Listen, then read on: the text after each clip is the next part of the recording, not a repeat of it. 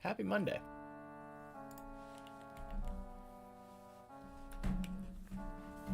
While I was offline, Possessium and VMX Thick followed. So thank you for the follows.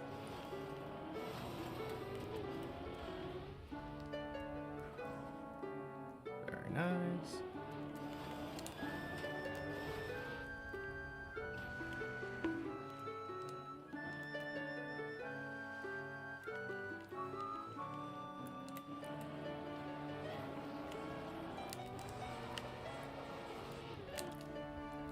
Very clean. Happy Monday, Eric. Welcome in. Happy New Year.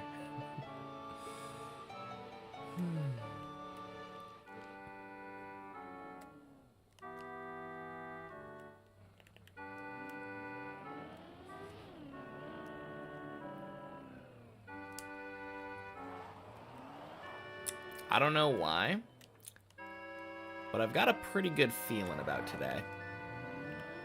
I think there's going to be some good climbing today.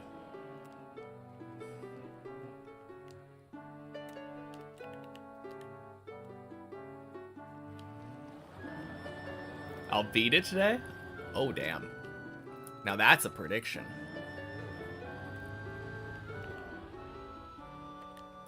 I've still got a lot of stuff between me and the end, but it's not unheard of for someone to one-shot floor 16. Happy Monday, Kelly.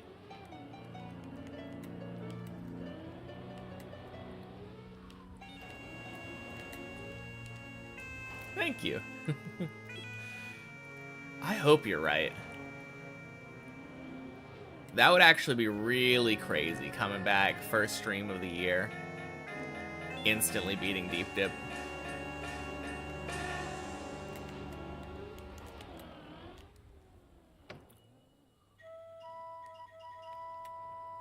Hoo-wee. Happy Monday, LTMS.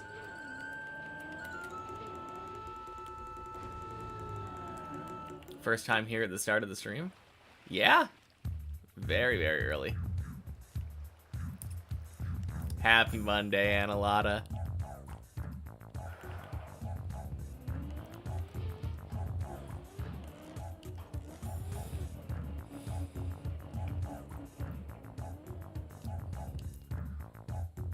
How was everyone's New Year?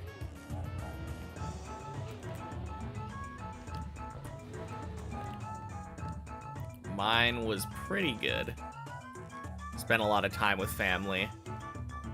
Been getting kind of back into TFT.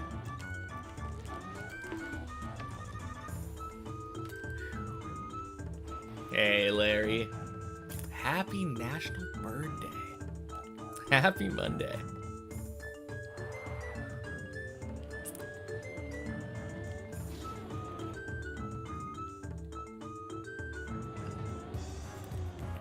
Is that a holiday that celebrates birds? Or is that a holiday to separate national birds?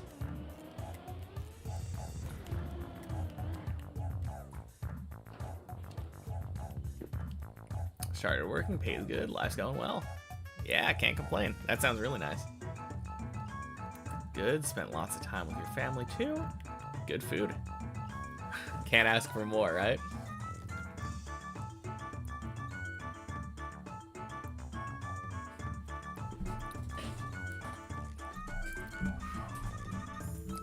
Yeah, break is over. Oh, jeez.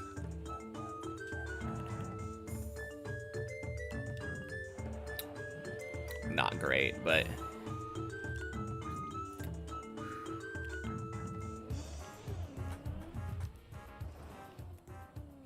hey, Cuber. Happy National Whipped Cream Day. Is it also Whipped Cream Day?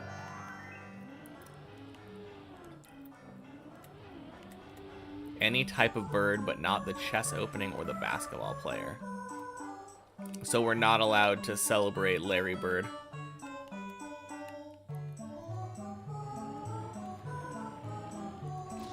I think it'd be kind of funny if it was like a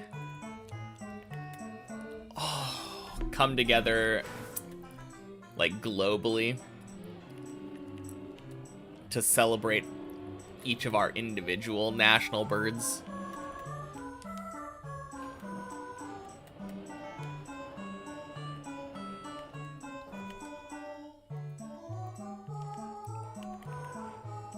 Whew. What about Bird, the Trackmania player? I think the main question is, does Bird play with his beak?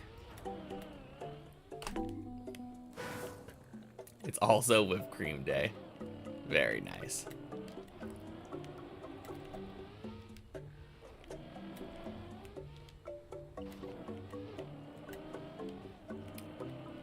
Limited to the various national birds instead of any bird.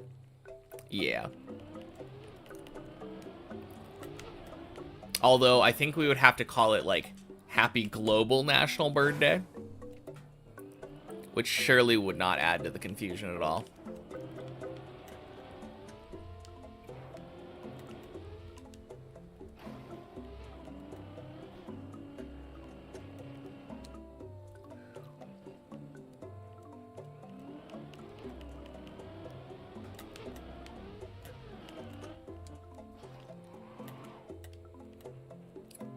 Boink.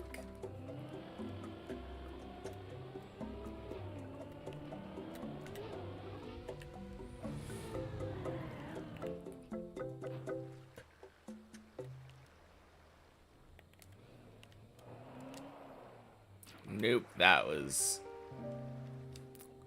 just straight up bad.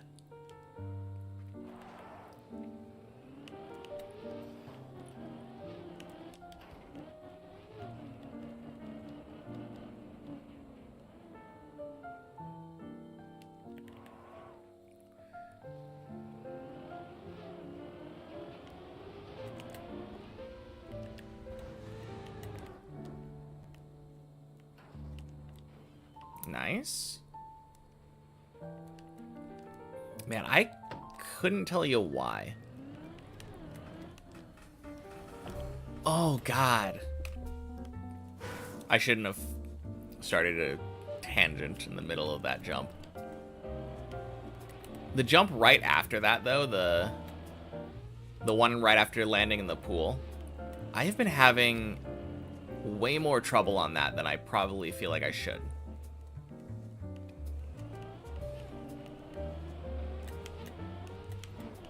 Both with like over jumping and under jumping.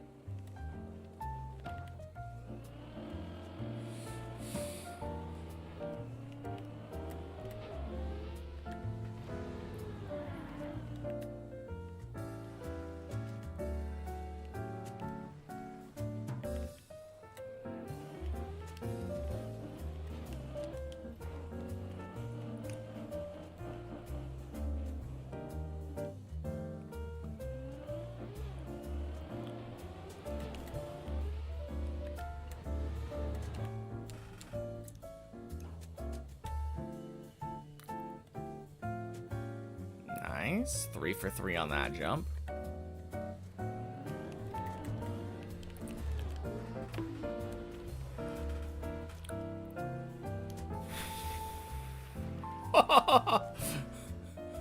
Penguin is the national bird of New Zealand. Do they have penguins? Surely not.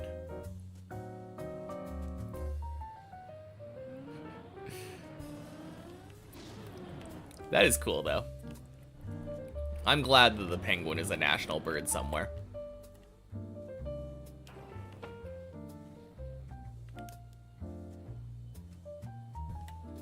They do.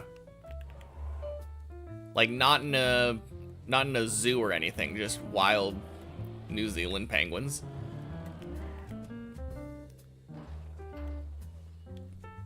I mean, I guess you would...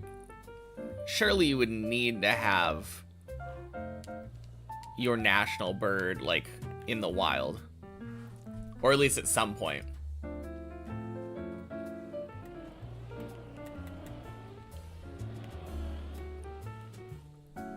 Alright, here's a question for you then. If your national bird goes extinct, do you have to choose a different one?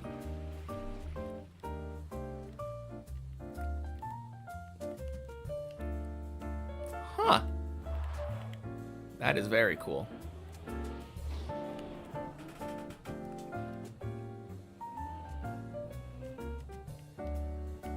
Even have unique penguins, much less any penguins.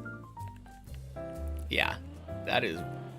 I mean, it makes sense. It feels like it's geographically far enough away where it would make sense for them to have split off from other penguin species.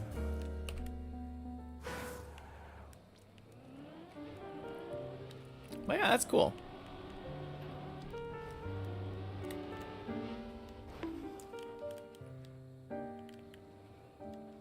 According to the Department of Conservation, 13 of the world's 18 penguin species have been recorded in the New Zealand region. Huh. That is a lot of New Zealand penguins.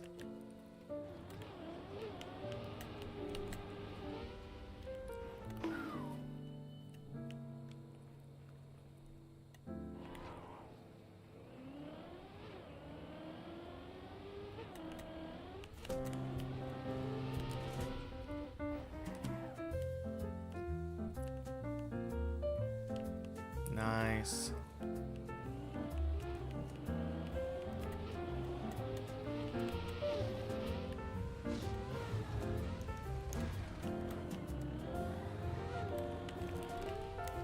Crap. I bonked the wall. Oh, I hate that jump.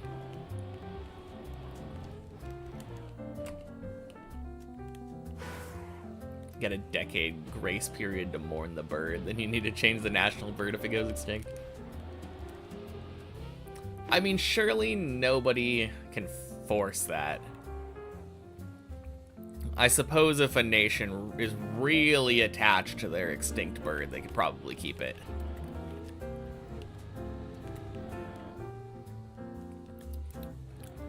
But it does kind of sound funny.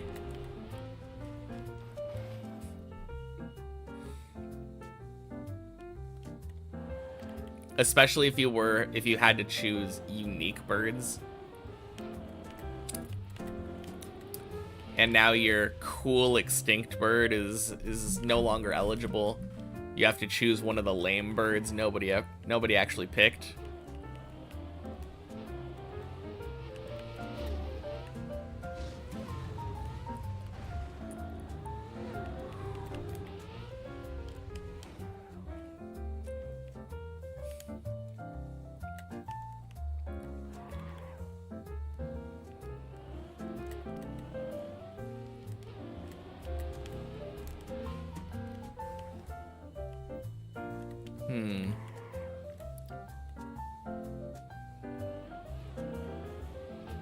I'm trying to think of what the most lame national bird would be then.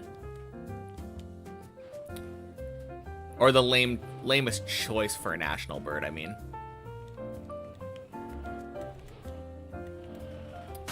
I don't know, I feel like a lot of birds are pretty cool. Hey, Clackode. It's a good day to be climbing. Happy Monday, and happy Monday, Ruler. Thank you for the 9 months. Good day to be climbing indeed.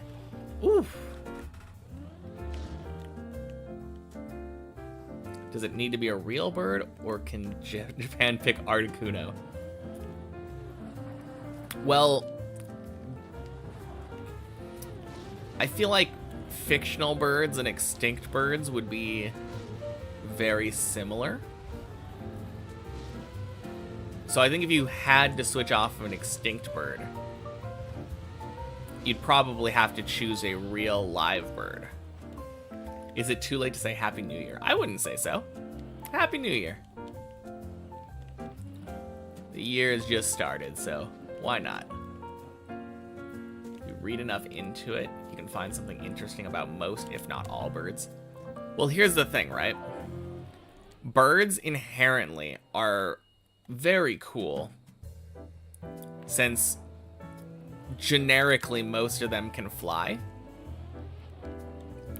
And then because most of them can fly, if a bird happens to be flightless, that also makes it unique. So it feels like it's really hard to have like a bad bird. Hey Greek dude, happy Monday. Tossed big time on your PB yesterday? Rip. Wait. So you got a PB? Got a PB and then failed afterward?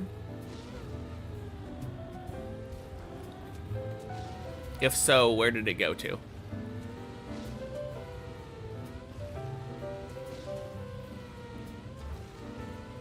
And happy Monday, Hav. Full steer right on 13 wall. Oh, is that where it went to?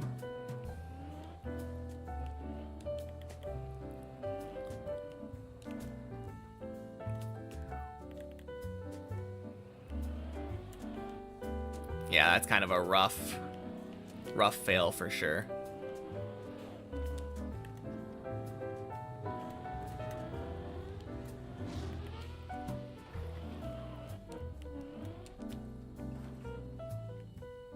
What's cooler, flight or surviving without it while being a bird? Yeah, that's the thing, right? It almost feels like penguins... I mean, they obviously just don't need it. Definitely should have been 14. Yeah, absolutely.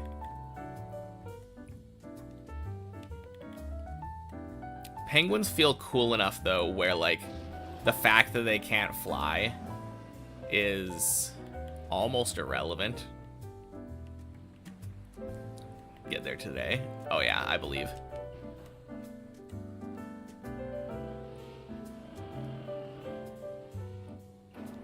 Just search for the most boring bird. First link said the green bull. Don't know if you agree.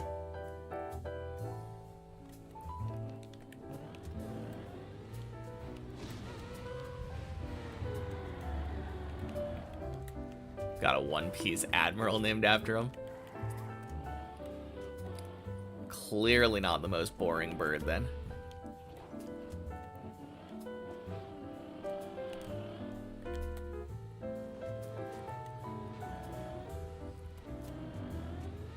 Wow.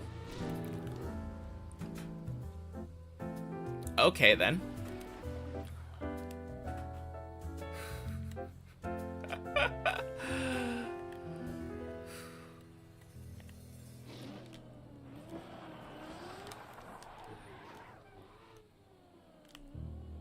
Got so nervous after landing the Have cut. Should have sat for a second. Yeah. That's crazy, you're going for the Have cut. I would be nervous too.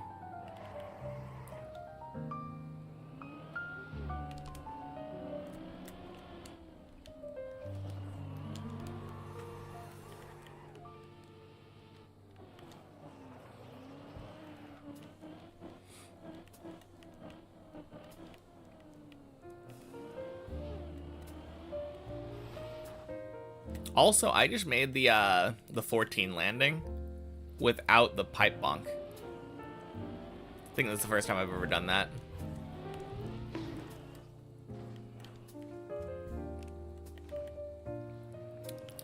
I guess without a pipe bonk or a clip. I think I have done it while like clipping a ledge to slow down. But that was just like ice slide landing. Kind of cool. Yeah. I did like a 360 spin going into it. Or that was the goal anyway. I think I ended up 180ing.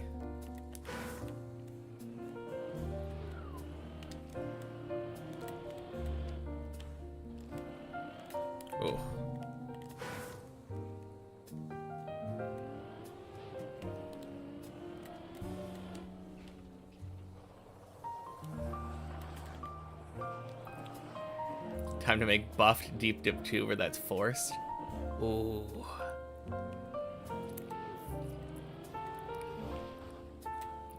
I assume buff deep dip 2 would also remove the bumper on floor 2 for messy.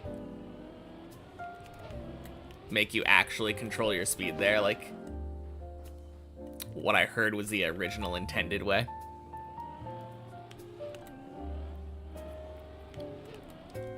Man, buffed deep dip 2 sounds like fun, actually.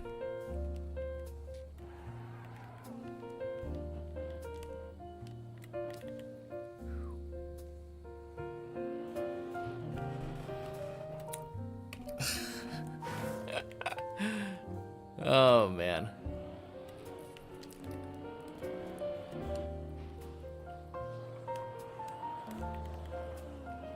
It sounds like a really weird concept, though. For those people who say Deep Dip 2 was too easy.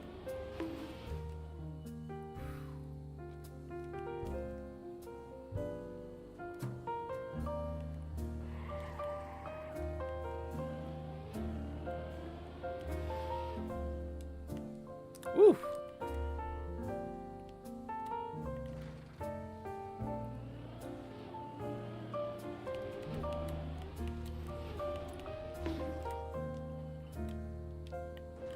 Happy Monday, Tolly. Welcome in. Also put that one red booster gate on 5 closer to the wall, so you can't set up from that platform. Oh, you have to do the 180. Yeah. No, that would be kind of cool. Racing car did that, something like that up to floor 5. Yeah. I know about that.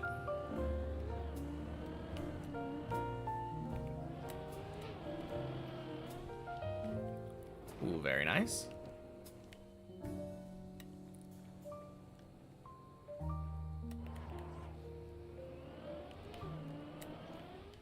No, it sounds really funny, though, making the upper floors significantly easier. Or significantly harder, I mean. Bunch of cut proofing and cheese proofing would be done. Yeah, I mean, that makes sense.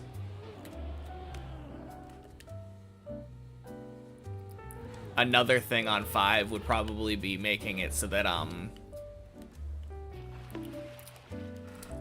at the very beginning, there's that booster you jump up. Force the 13 ice wall. That would take a lot of work, trying to remove all of the floor 13 cuts. So you have to drive it the intended way. That would be kind of funny, though. Every other floor is, like, significantly nerfed, and the only nerf to 13, or buff, I guess. The only buff to 13 is the fact that it's actually having to be driven the way it's intended to. Boink, boink, boink. Sploosh.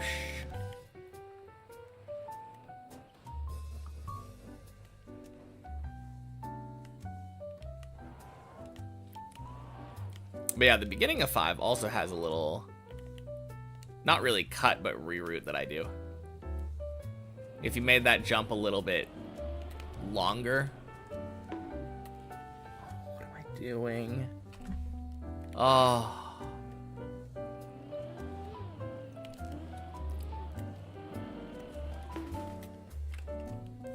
Yeah, I don't know.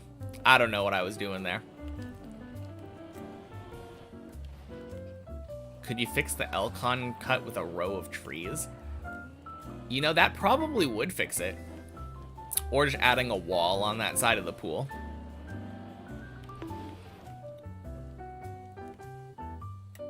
Yeah, my thought was just making the wall higher.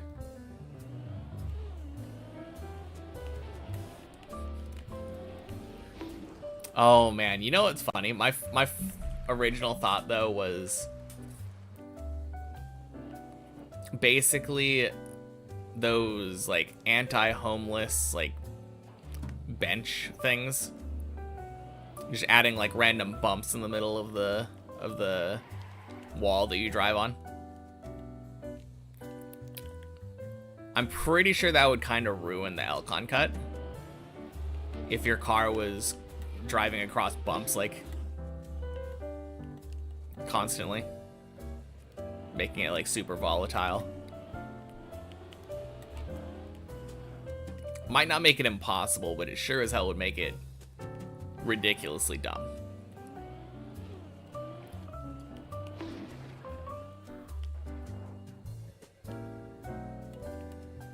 No, for sure, though, making the wall higher, like an actual wall, would make it much more forced. It would make it so that you couldn't accidentally miss the ramp on the left side and fall out. But honestly, like, who's missing the ramp like that? If you're not going for the Elcon cut. Make it so precise that no human would ever consider going for it. Yeah.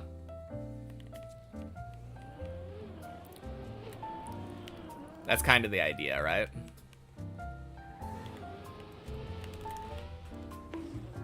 Oh, God.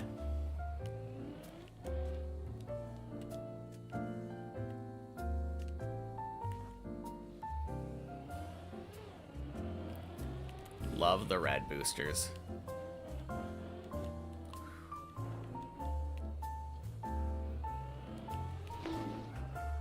What am I doing? No! Oh. And then I rushed it. Oh, it's so gross.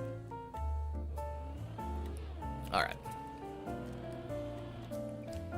Kind of feels like I'm rushing 14 for some reason.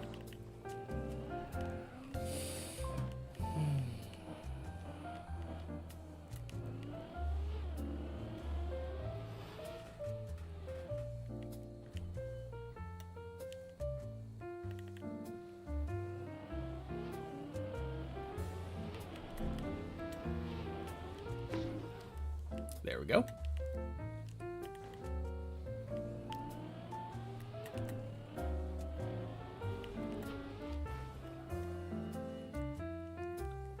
Now imagining a bunch of computers discussing cut possibilities.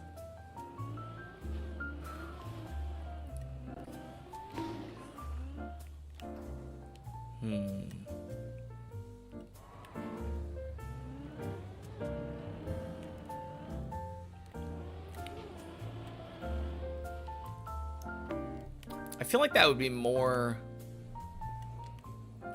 Wouldn't it just be computers sharing cuts that they found? Like, if a computer found a possible cut, they would just do it. Unless they didn't instantly know the exact inputs that you needed to do to pull it off. That would be kind of interesting, actually. Like, ridiculous inputs that you would need to do.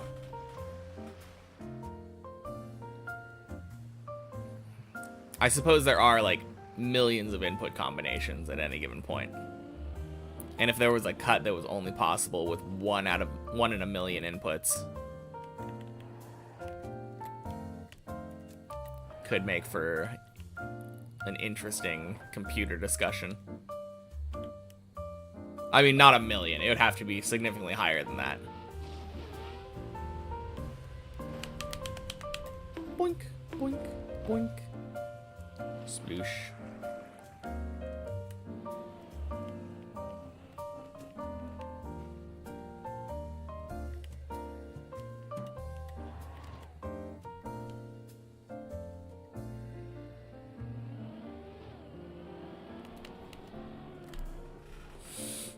God damn it. Fuck this. I'm spawning myself up to that spot because I'm tired of driving the first half of 14.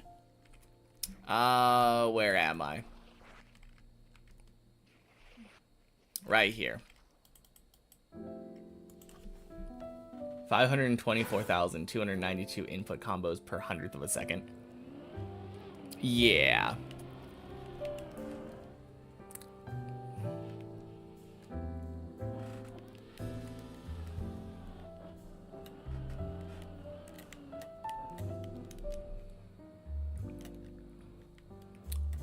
Hey, Freckle. Happy Monday.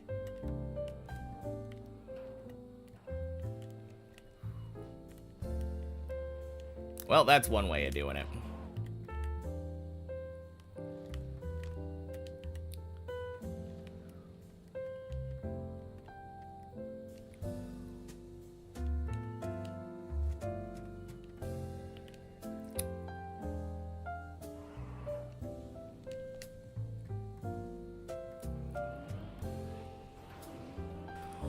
No, you're joking. Well, it's a good thing that I spawned myself up here again.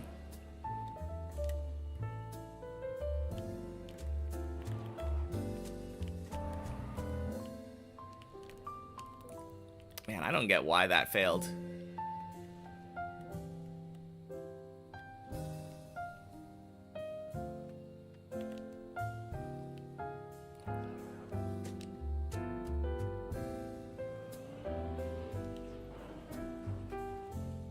Computer finding a working shortcut, though. Don't know about that. Yeah.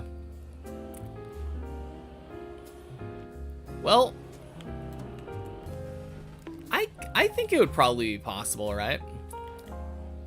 If specifically the computer was just given like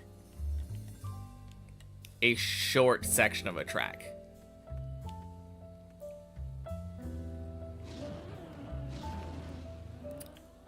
It would need a lot of context clues.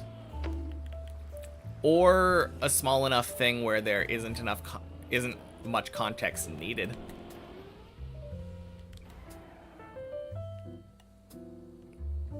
I feel like if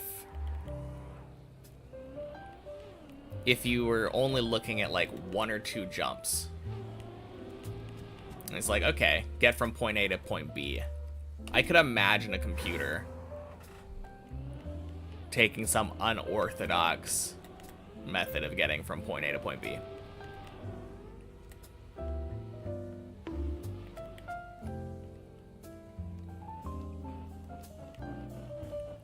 You know the saying, teach AI to nosebug. I mean, I guess if the thing already knew basic stuff like, well, basic for AI stuff like nosebugging, right?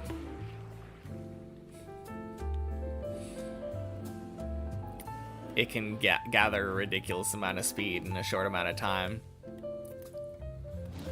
Probably redirected in a cool way.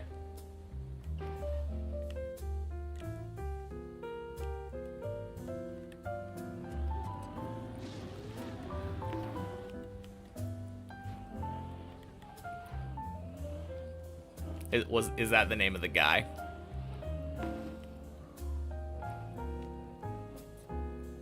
I know there's somebody that keeps popping up on YouTube for me that does all sorts of fun Trackmania AI videos. Uh-oh.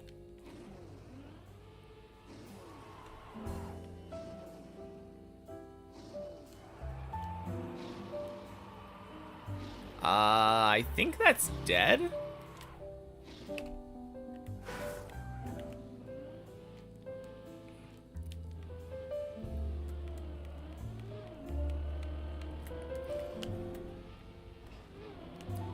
Yeah, I think Yosh is the one that I recognized.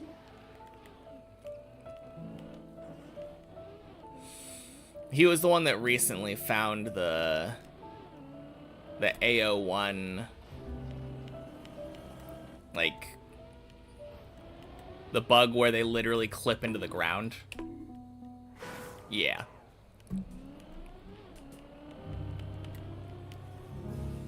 Hey, Jeremy, Happy New Year. Welcome in.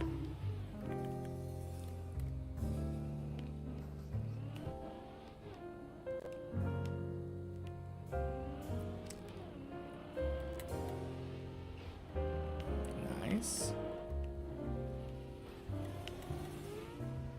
Boink.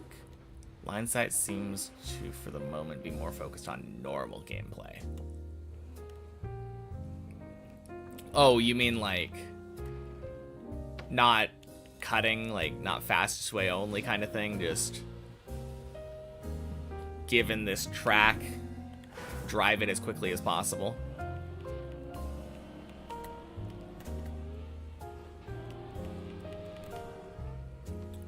Oh.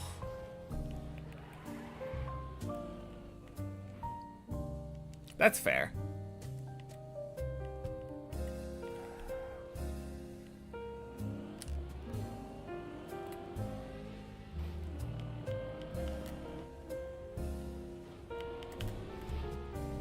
Gross.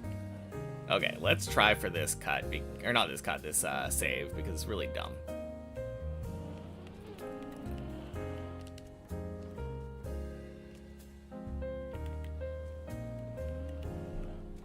Nice. First try.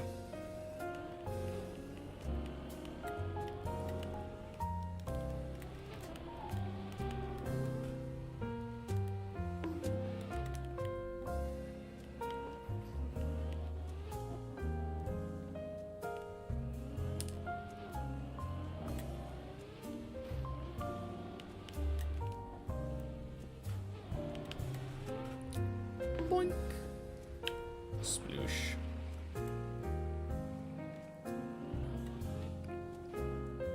Those AIs don't seem that capable of making their own cuts yet, though. Yeah, I don't really know what their processes are. Like, when they're setting those up, do they have checkpoints that they need to, like, oh, reach this point and then reach this point off a base replay? Oh. Huh. I didn't know that was the way that it worked.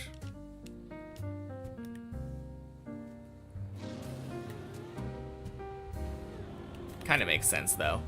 Feels like the simplest thing, right? Just give it a base replay.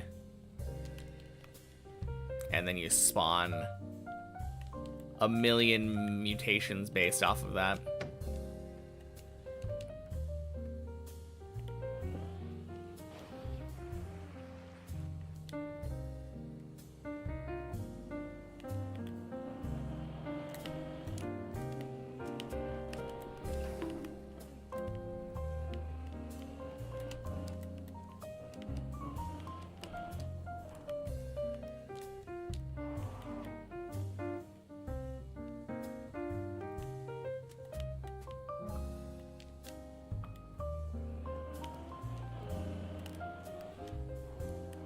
Hey.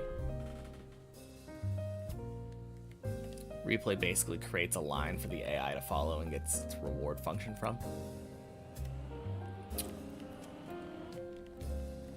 I wonder how they decide which replay to start with then.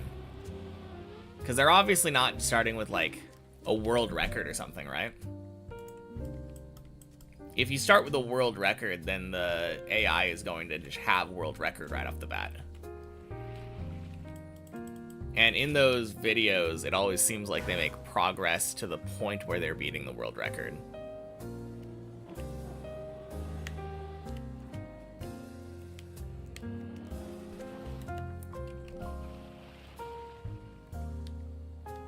It would make a lot more sense to start it off from a better position, I feel like, though. Jeez.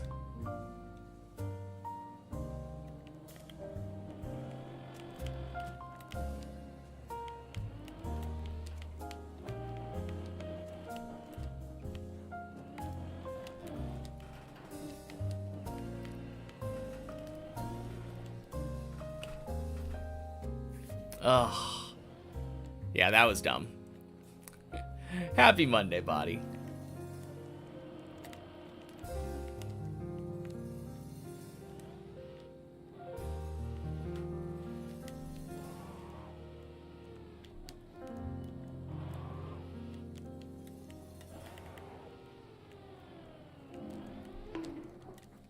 Gross.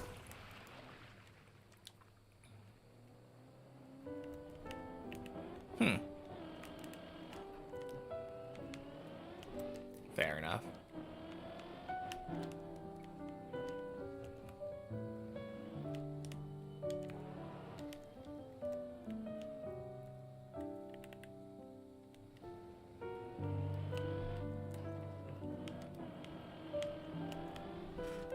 Now, I wonder how hard it would be, like, obviously there's different levers you can tweak for rewards.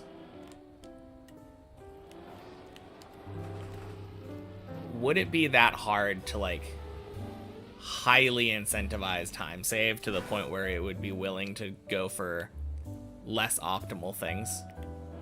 Or go for absurdly strange strategies?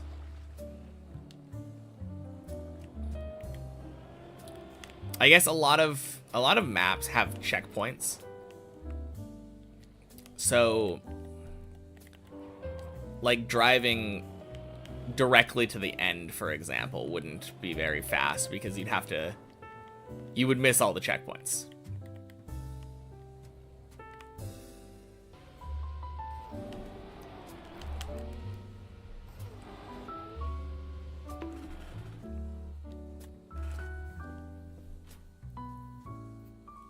All right. Is it going to come back? Why is it doing this?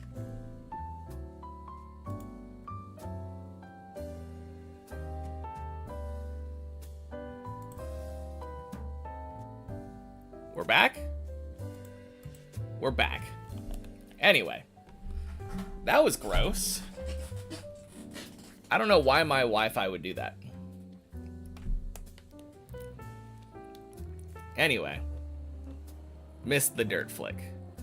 Oh, God.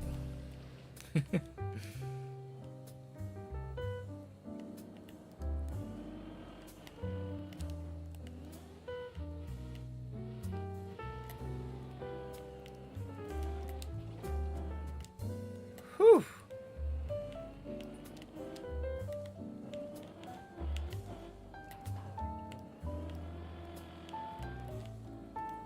Beautiful. No, that was so weird. Normally, when it lags, it just drops some frames, shows red.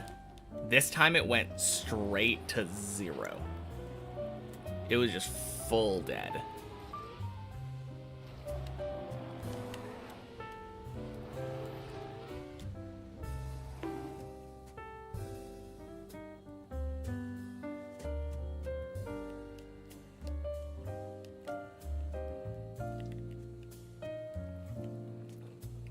Close enough.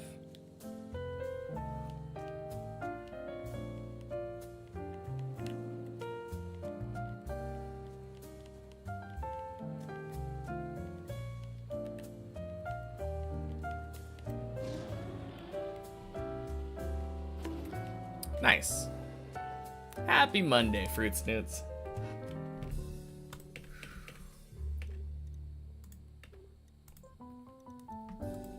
All right. Time to climb.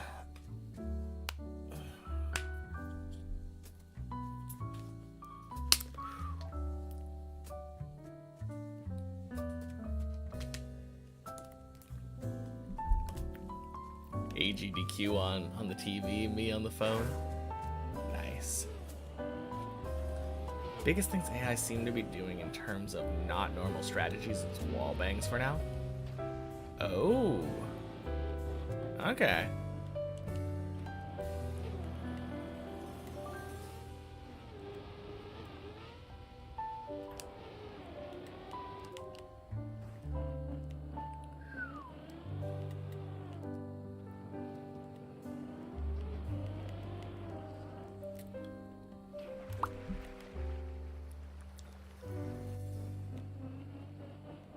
How was my New Year's? It was good. How was yours? Yeah, I just spent time with family.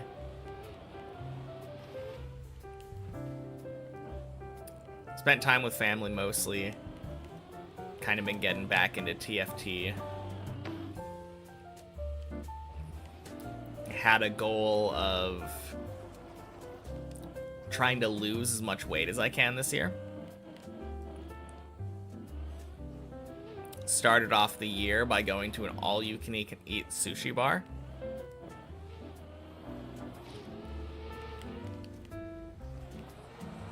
Gained like 5 pounds. So we're off to a good start. Happy Monday, alien explosion. Oh god. Mostly seems to be because they started using save states to spawn the car in many positions on the track during training. Okay.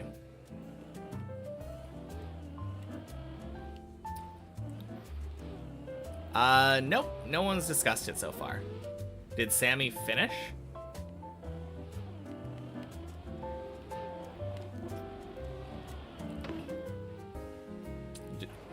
Let's go.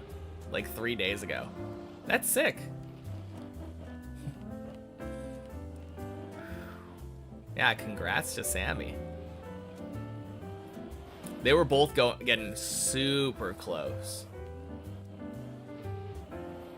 Yeah, that is insane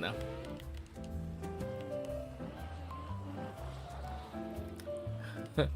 He finished, so I'm gonna start hunting it now. Oh, so Jave's going like fast now, since he's no longer going for first fin. Honestly, makes sense. Yours was pretty good. Did a party, but it got too crowded, so you let the boyfriend take over and retreated to your room most of the time.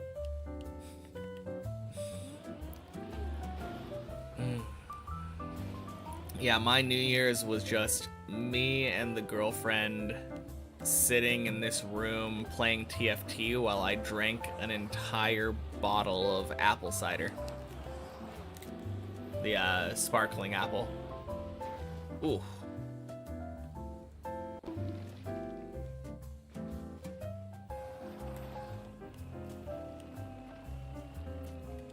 But yeah, good stuff. Proud to say though, well, that sushi thing wasn't fast food. That was like a sit-down kind of restaurant thing. I haven't had fast food all year. Been less than a week, so like, not a huge accomplishment, but for me that feels good.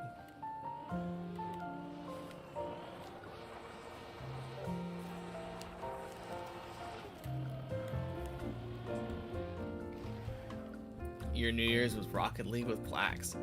Sounds fun. Regarding weight, you were surprised to have only gained like 5 pounds because you ate a lot. Yeah, I think I'm basically in the same boat. Usually that goes straight down again though, since the eating, that excessive eating isn't like a habit.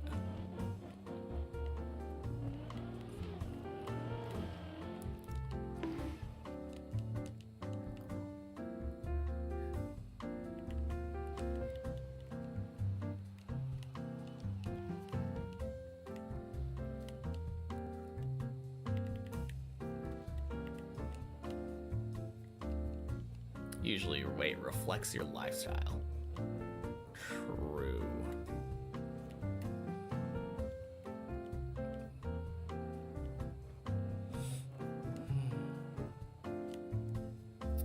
Yeah, I've been eating better, and starting today I'm going to be exercising more.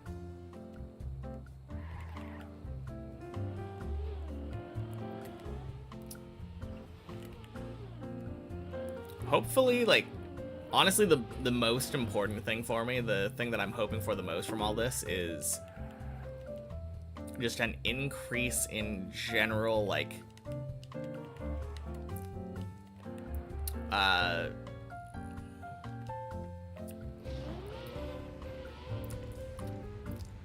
healthiness. I feel like I've been getting sick a lot this last year. And then, like, decrease in drowsiness. I feel like I'm pretty much always tired. That probably has more to do with my sleep schedule, to be fair. But I would like to fix that, too.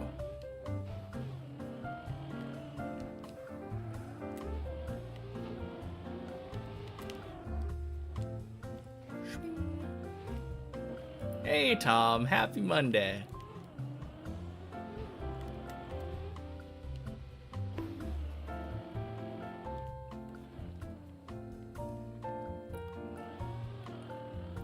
Sleep schedule could also be influenced by a lot of things that I do while awake. I suppose, but I think the biggest thing that's influencing my sleep schedule is me not going to sleep until like 2 in the morning.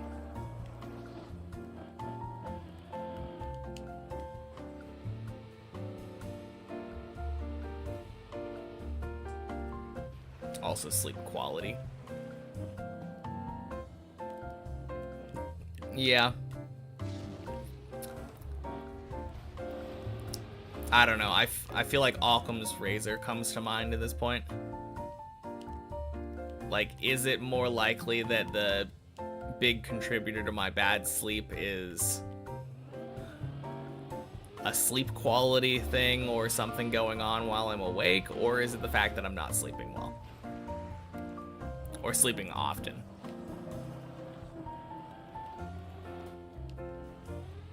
Sleeping enough?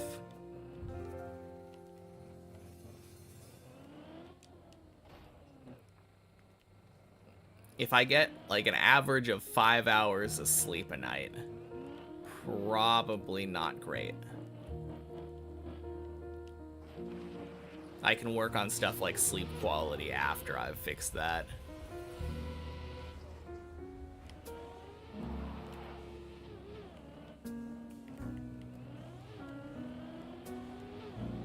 Only one way to find out. Fair. Could also be hormone imbalance if it has been going on for a long time. I've had decent, like, sleep schedule before. Honestly, I know myself, and it's just lack of discipline. If I just don't go into bed early enough, and then when I'm in bed, sit on my phone, then I'm gonna have bad sleep.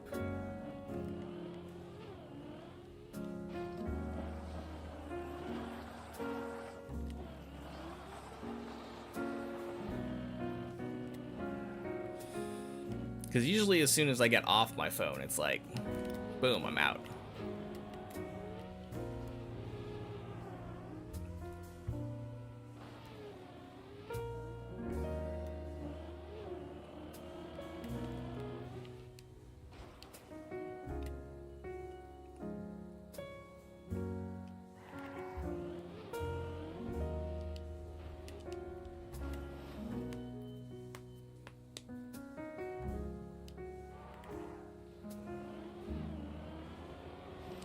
Oof. Instant gratification monkey's cruel sometimes.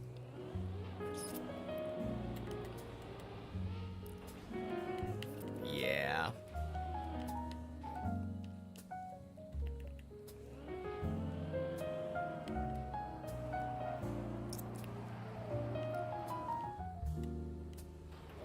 I've always been of the opinion that, like, the 24-hour sleep schedule doesn't work for me very well.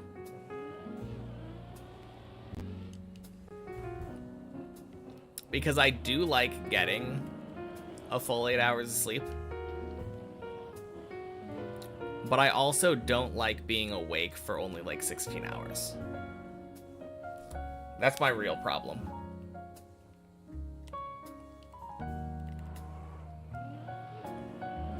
If we had like 28-hour days, I think I would be...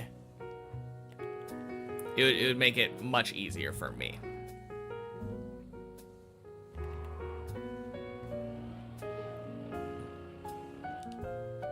I've had times where, like, I wasn't employed and didn't have any responsibilities, where essentially what I would do is I would sleep at some point when I was tired, wake up about 8 hours later, stay awake for about 20 hours, go to sleep at that time, and then it would naturally, like, cycle. And that would kind of just work for me. It's just not very practical.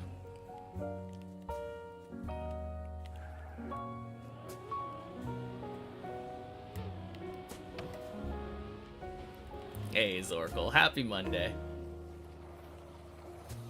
Your hands, 3 cold, 5 me. Go do 11 plus warm up. Sounds good, Greek dude. Good luck with your warm up.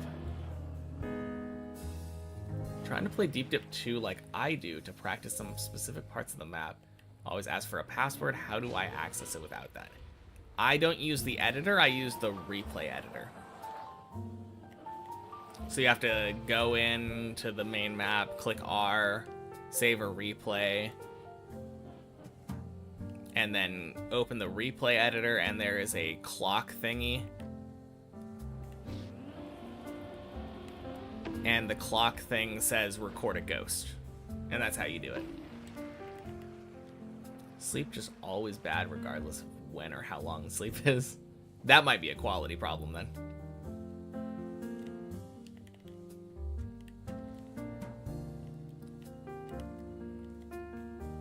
I wonder if... I mean, it's hard to diagnose, but like, do you know if anyone says that you snore or not?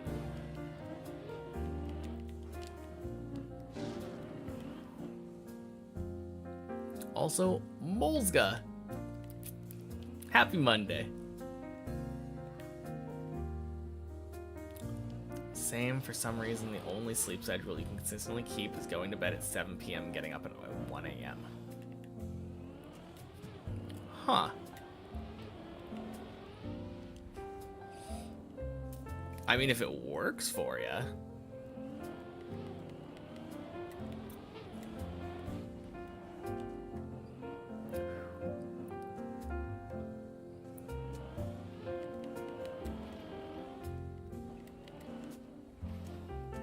Regarding the 24-hour schedule, used to be the same as me, but over the past year or so, you've gotten more consistent with being able to go to bed at the same time every day.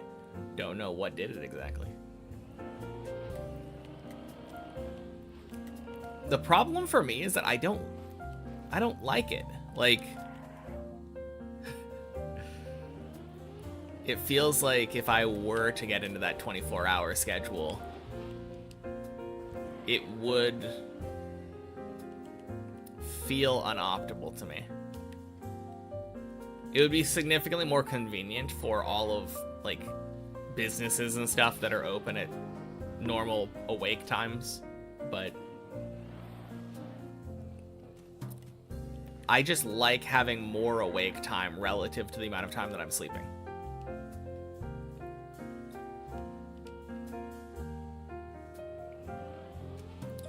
Like doing 9 p.m. to 3 a.m. for a while. Don't think you snore unless you're in a weird position. Okay.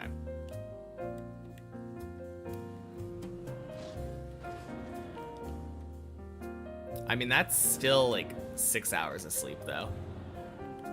But you said you don't, like, no matter how long you sleep, you're getting problems. Oh, God. Gross.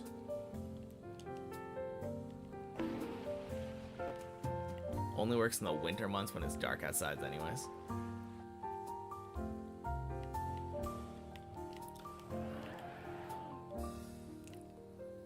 The 7 p.m. to 1 a.m. For me, I've always preferred nighttime. I think it's mostly because if I'm driving on the road when it's nighttime, like, nobody else is there. Everyone's already awake or already asleep. And it's just such a peaceful feeling going around when it's like completely dead outside.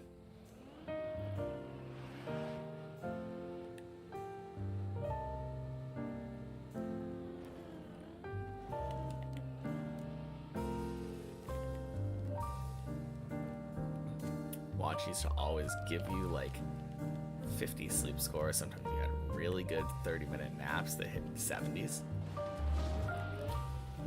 I wonder what that entails.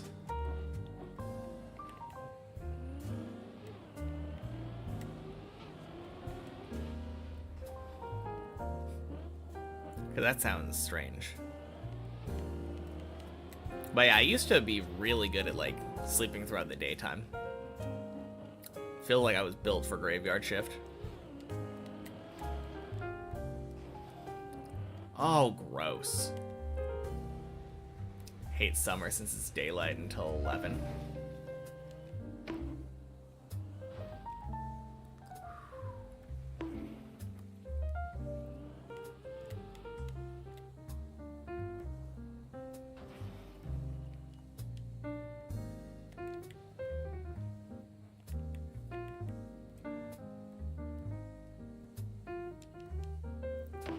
And the sun comes up at like 3:30 a.m.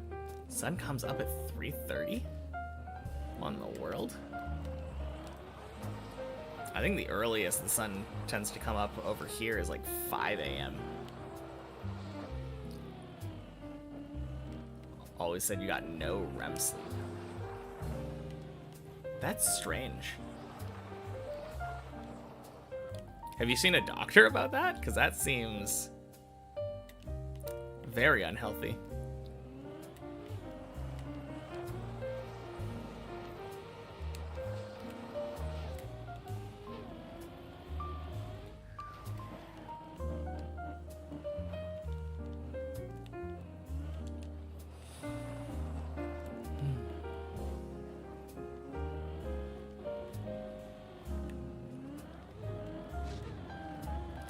Oh, 07 Hav, by the way.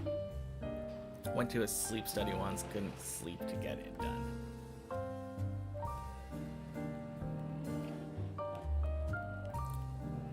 For sleep studies, do they have you sleep there? Or I feel like my parents had one of those done at some point where they just gave you something to record the information while you're sleeping at home.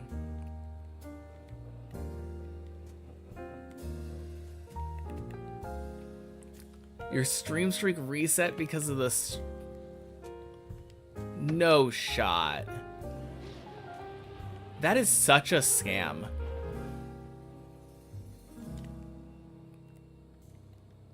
For more in-depth analysis, they have you there. I guess that's fair.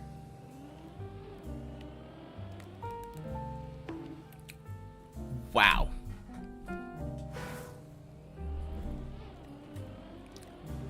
Honestly, that feels like a terrible experiment.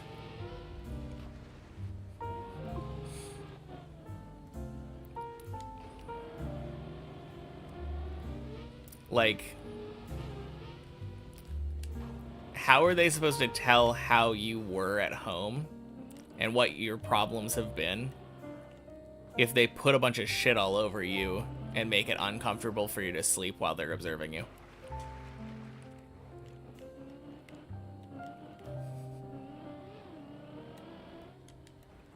Feels like you'd be so uncomfortable. Exactly.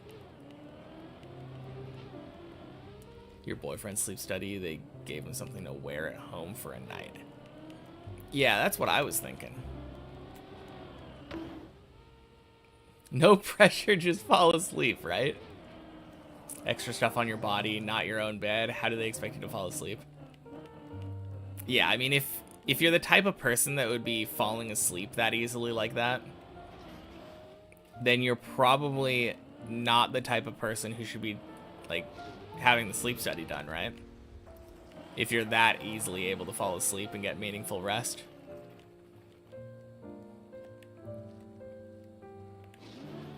Literally fell asleep for like 4 minutes before you had to leave. Oh, man.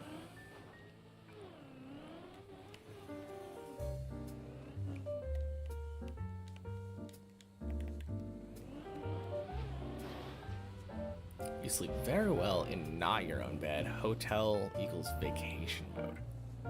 Huh.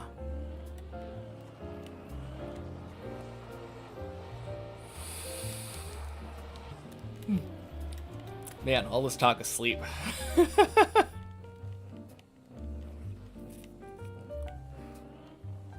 I think for me, it's just,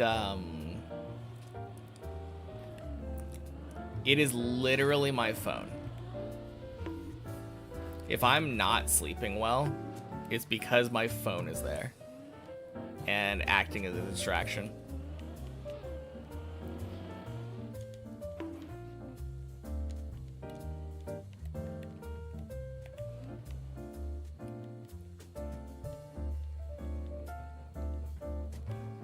I think it might be worth it to try to see about going to sleep at like, or going to bed at 10 and not using my phone.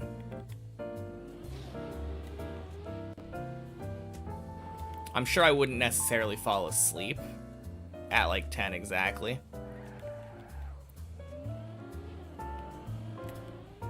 I think it's a good idea. When you decide to go to sleep, always first put your electronic devices far enough away so you'd have to get up to retrieve them. Probably a smart idea.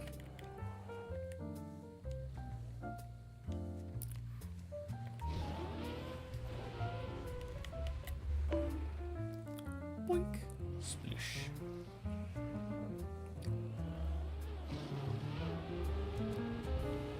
Sleep study where you trigger a lucid dream so you can review old calculus materials.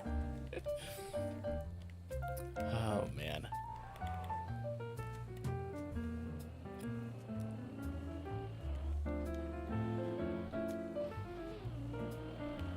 I also loved calculus. At least once I had a funny experience with calculus. I wasn't able to take it in high school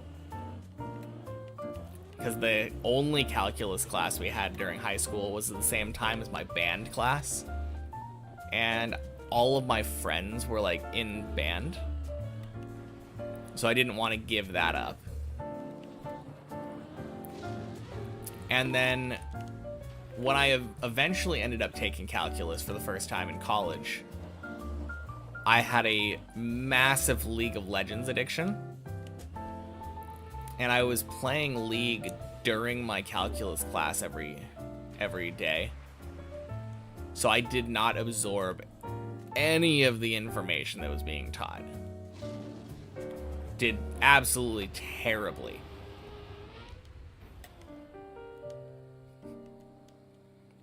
And then I retook a calculus class at some point, and I was like, oh, this all makes so much sense.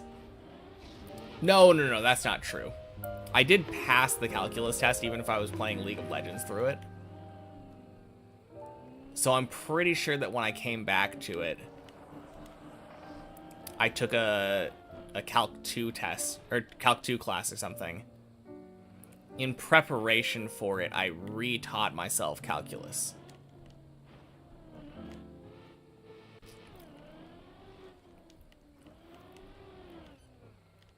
But yeah, calculus was fun when I actually paid attention to it.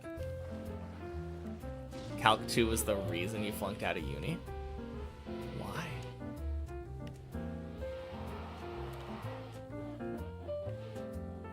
I don't remember having any problem with it. Everyone's having basically the same consensus here, but never studied except for 45 minutes before. Always went poorly. I think for me, I also didn't really study, but I did do the homework because it was required for the grade. And that was like studying without thinking about studying. And then the main thing is I just always actively chose to pay full attention in class. No distractions. I was locked in.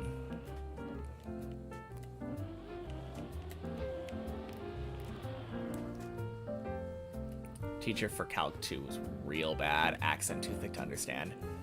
You know what? Maybe that was the reason that I had trouble with Calc 1 the first time. I mean, there was also my League of Legends addiction, but like, I remember the first time I took Calc 1, my teacher was like very, very, very, very strong accent. I don't even remember what kind of accent, but I just remember thinking this is not very conducive to learning.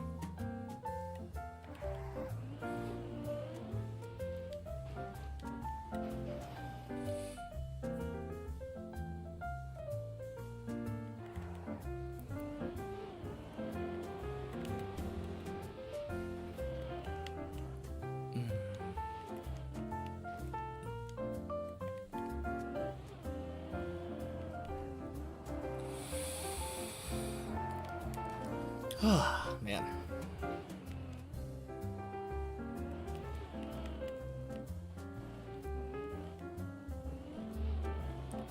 No, I would like to take more classes, though.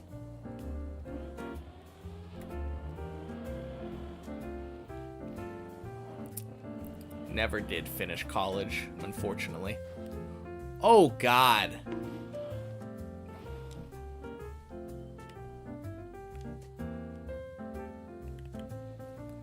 Wow.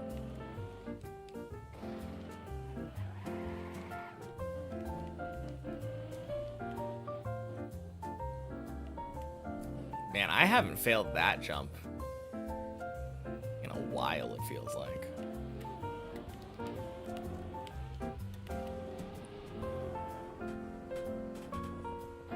There we go.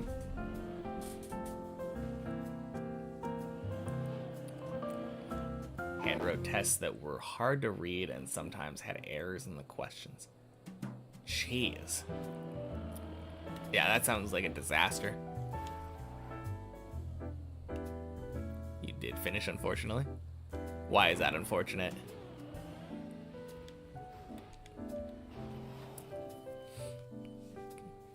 Just because you spent more time doing it?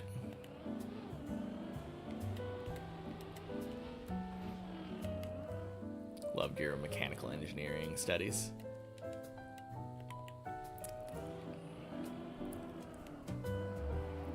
Alright, so the way you wrote that sounds like sarcasm. But on the other hand, it could be genuine. And that might be the reason it's unfortunate you finished. I genuinely do really enjoy learning. So, like, taking college courses just for fun sounds very appealing to me.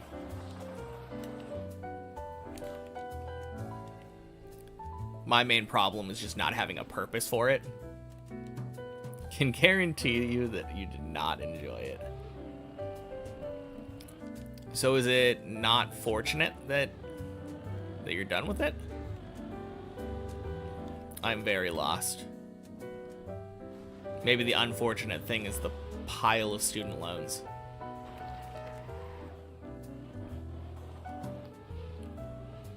Dropped uni because of calculus. Switched to lower level of uni. Aced all the classes. Even finished it a year earlier. Remember, teachers would also make their own versions of some of the projects you did during school. Had to correct one of them at some point. I occasionally corrected, like, professors. But I noticed that it drastically went down from when I was in high school. When I was in high school, it was just, like, constant corrections, like, once a day. Did not put me on the good side of the teacher. I was not a good student, to be fair, but...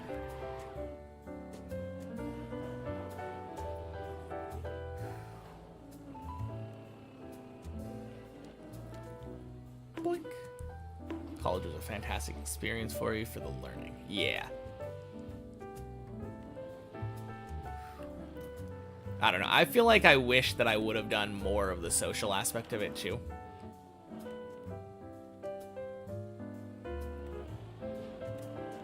Because I was not exactly in that pile of loans and a waste of effort.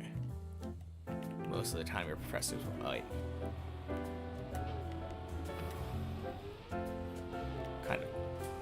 Oh, God.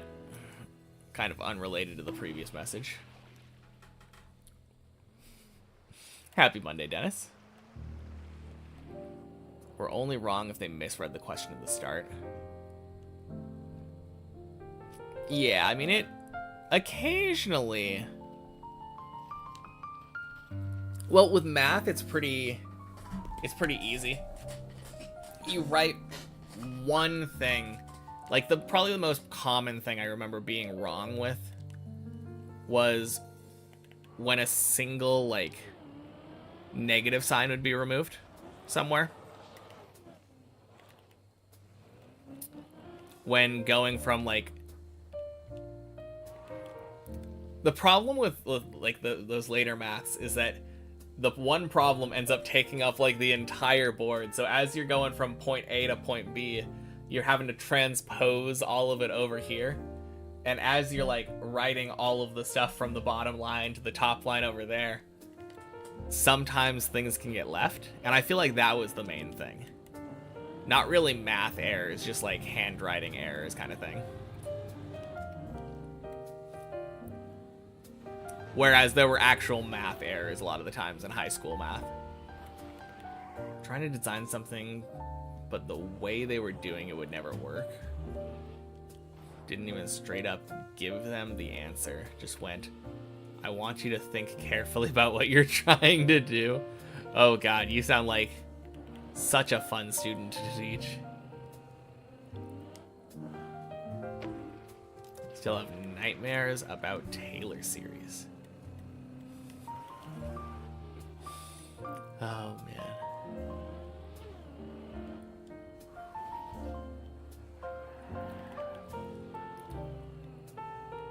That's what they would tell you. Oh, so you were just throwing it back at them then?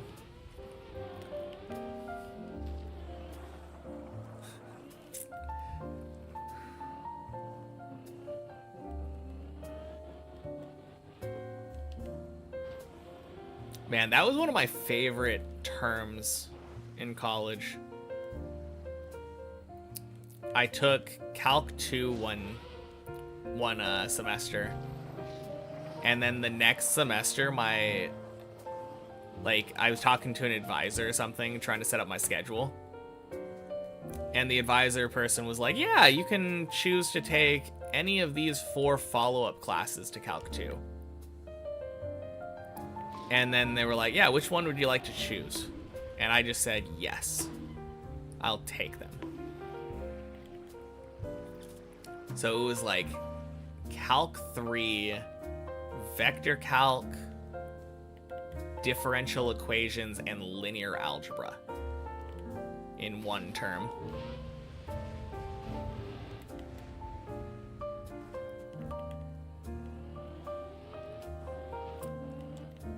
And the surprising thing was that the final week or two of the class was by far the easiest, because the way that they had structured these classes was they would end out the class by saying like, oh, here's a sneak peek at one of the other classes that you haven't taken yet.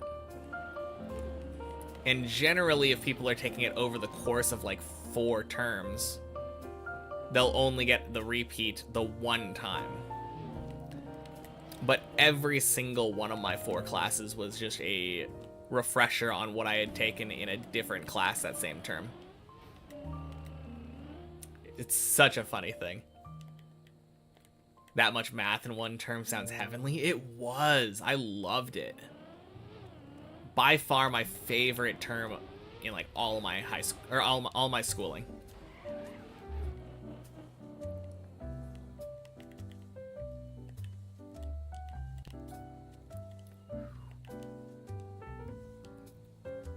It was a super fun experience. I know that like one pair of my classes were with the same teacher in the same classroom, and it was on the same day, like back to back. So everybody would be leaving I think it was vector calc and calc 3 or something. But like most of the people would be like, okay, class is done, and they would start leaving, and I would just stay seated. Such a funny experience.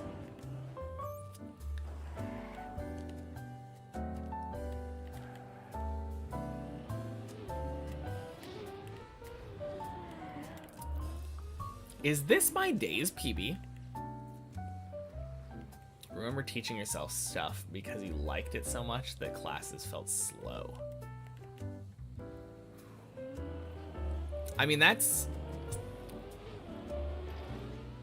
definitely a possibility, right? I feel like there's a lot of good math resources out there that make it really easy to like pick stuff up in self-study. I remember I had a biology class where I was expected to read like basically the entire textbook between classes, and that just felt really dumb. Like, what am I actually paying them to teach me? We would show up for class and then like ask follow-up questions about the textbook, or like just have discussions amongst ourselves. Quack. Everyone else was learning about quadratic equations. Meanwhile, you're on the side learning how complex numbers work.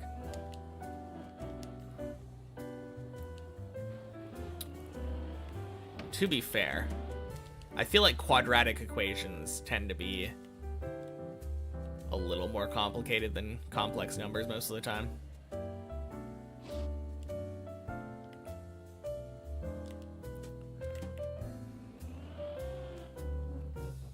At least at the level like where they're relative to each other.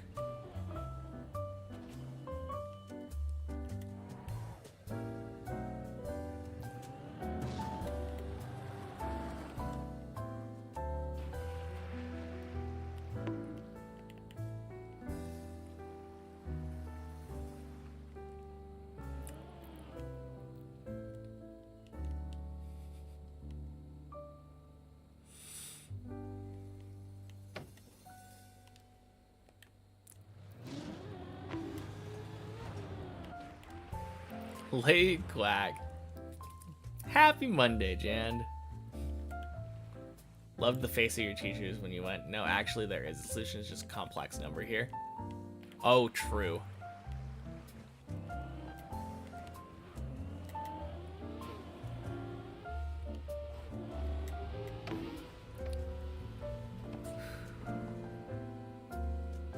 Beautiful.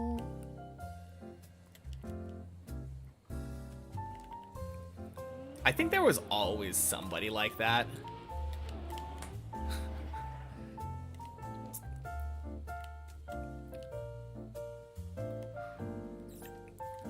I feel like I had a teacher at some point in high school that actually got in front of that, though. By saying, like, that the quadratic equation had no real solutions.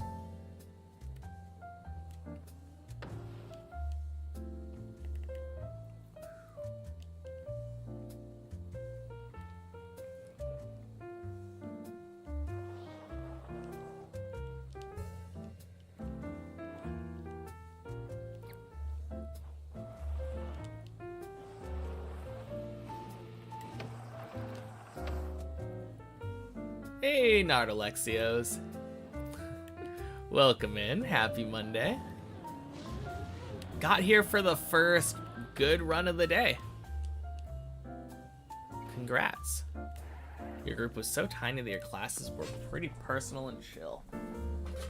I feel like I've always been in like 20 to 30 person groups.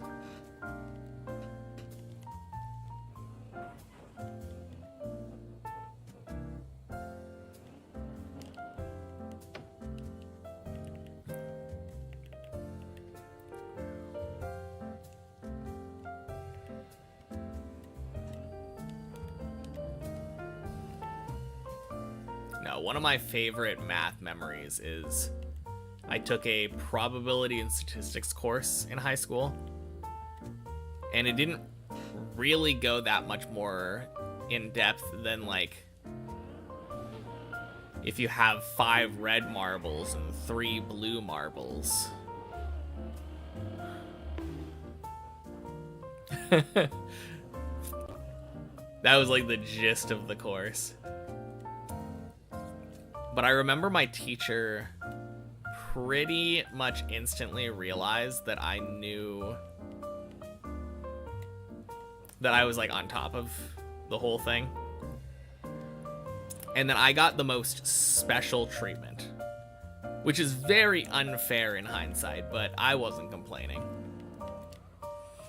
Everybody else was getting like grilled and making sure that all their homework was done and all that. And then I just got the honor system placed on me. Like, oh yeah, I know you did your homework, you're good. Meanwhile, I'm back there sitting in the back corner of the classroom playing Pokemon. Good times. Your physics 2 class was like 9 people at 8 p.m. Maybe that's the thing. I never took any evening classes.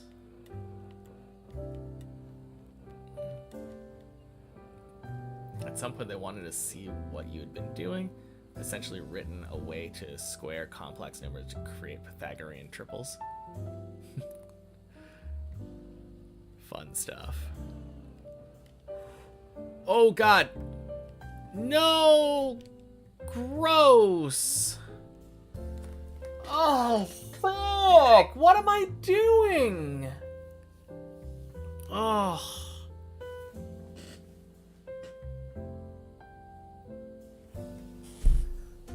Man, why am I reading chat while I'm in the middle of a fucking turtle?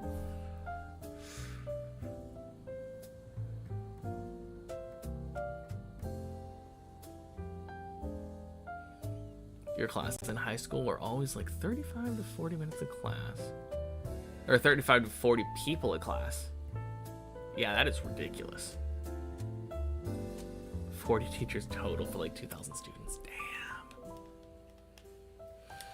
Ah, man.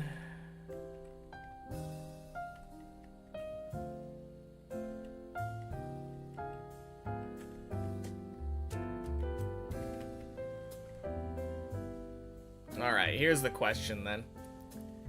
Do I want to sit here and let my car move? Is it even moving?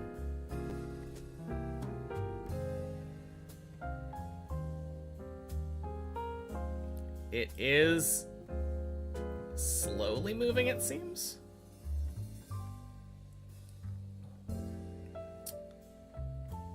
I could let my car move, and I think it would probably drop down to 5. Or I can just say fuck it and go again. God, that is so frustrating.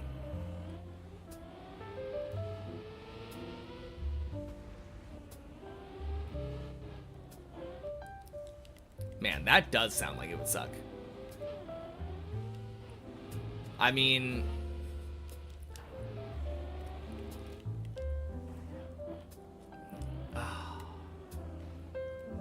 I think I was close to the same boat.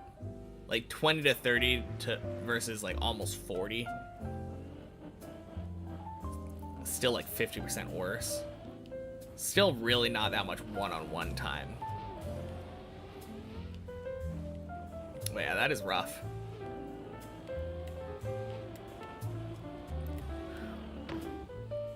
Recently learned that the default movement plugin indicates blue equals 10 minutes, red equals 20. You had no idea? Yep.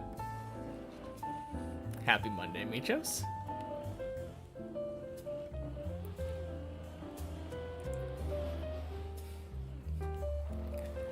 Yeah.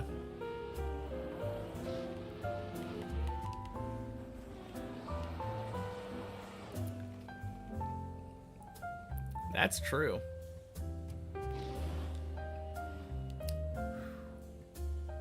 No, I know what you mean. I know exactly what you meant. I'm just gonna start streaming in a really weird resolution, so the screen is stretched really far vertically, and make it look even further apart.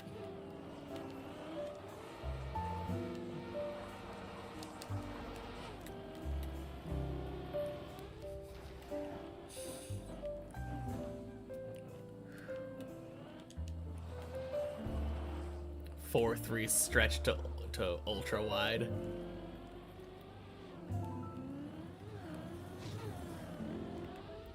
Boink, boink, splish. Streaming in portrait mode. I'd accomplish my weight resolution through screen resolution. Oh yeah. Very tall and skinny, exactly. Birdie still plays in 4-3. I have no idea.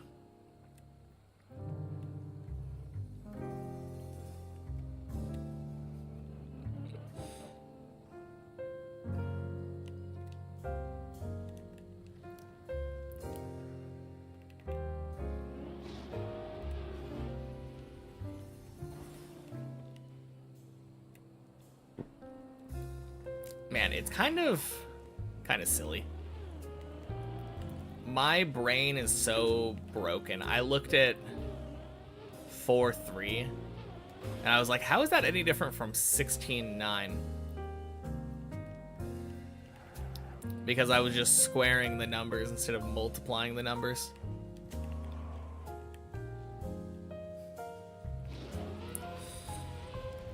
Clearly the same thing.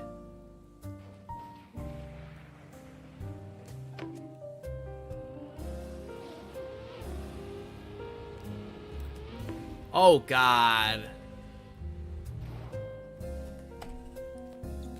Oh, my God. That is a novel.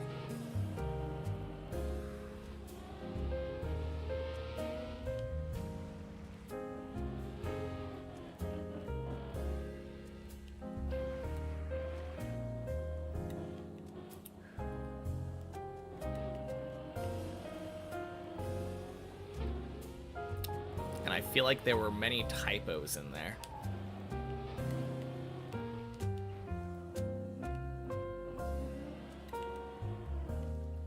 Anyway.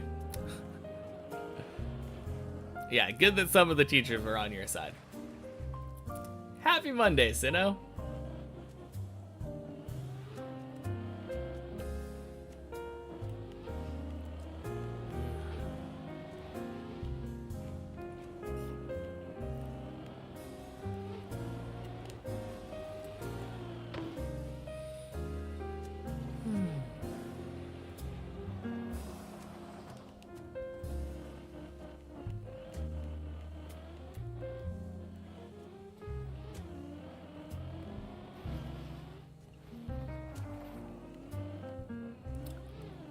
Arno Praise. Welcome in. Happy Monday. Got your diploma anyway. Can't keep this girl down. True. I mean, as long as you put in the work, like... Well, I guess there are people that could possibly make it. You could get unfair treatment in grading, but, like... Definitely feels like most people would look at the assignment that was done and give a fair grade. History is a weird one, though. I feel like a lot of the times answers and scoring can be somewhat subjective for history tests. Nice to see a new PB. Absolutely. It had been way too long. Boink. Have had moments yourself where you went, wait, what's the difference between 4-3 and 16-9? They're just, oh, yeah. I mean, it's not... It feels like a pretty easy mistake to make. Since there is an obvious connection between the two numbers. It just isn't the connection that matters. Thank you, Havran. Happy Monday. Had a 1.7 GPA, but you did it.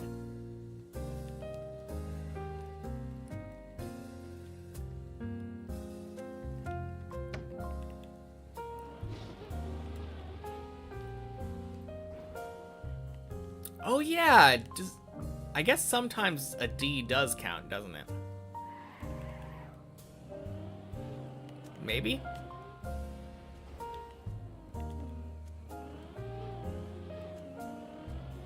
Because I was thinking, like,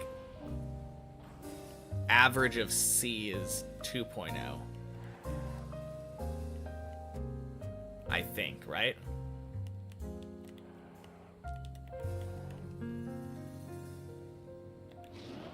I always thought of myself as a straight A student, but looking back at my report cards, absolutely wasn't.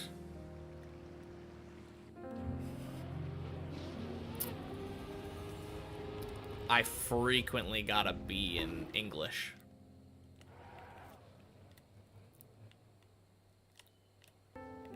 That history teacher did the classic, you never turned it in when you clearly did.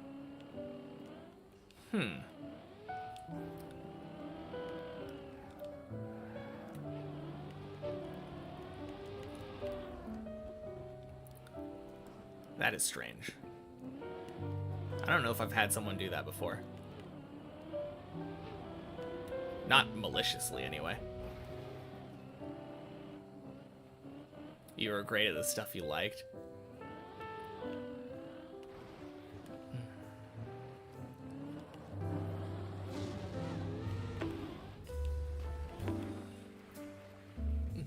I think the funniest thing for me was I pretty much constantly had... I took Spanish and Japanese in high school at the same time.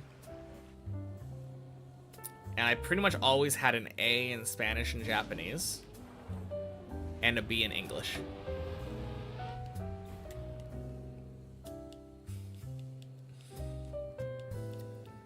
It always felt kind of ironic.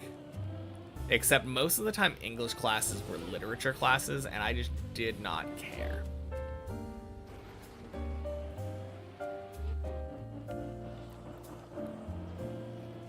As soon as I had a class that was like actually talking about writing and like grammar,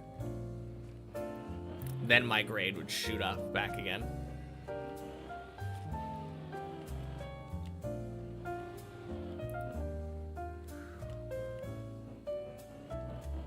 Took you an extra year of high school and 2 summer schools, but you finally graduated. Did what your dad couldn't. Yeah, congrats.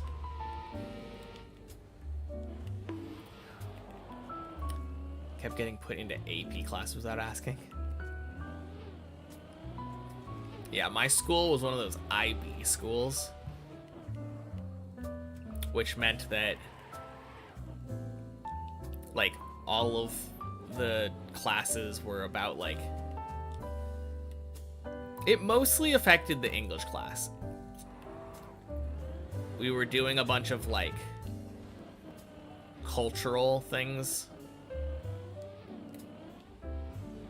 I specifically remember reading like a compilation of Native American folk tales and thinking like, what is the purpose of reading this book about like some god that like cut his dick into multiple pieces and put it into soup or something so that he could have more soup?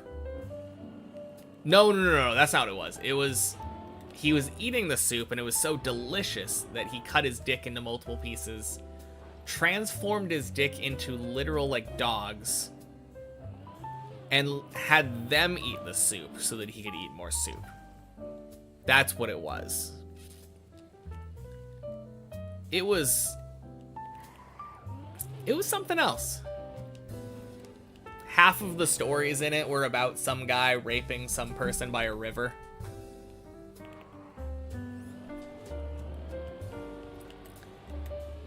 Yeah.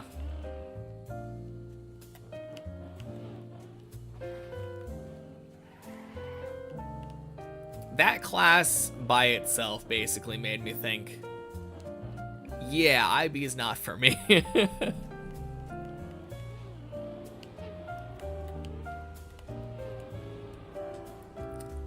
Wasn't paying attention for a minute. What did you just hear? Oh, you heard exactly what you thought you heard. Here's a magnet school, whatever that means.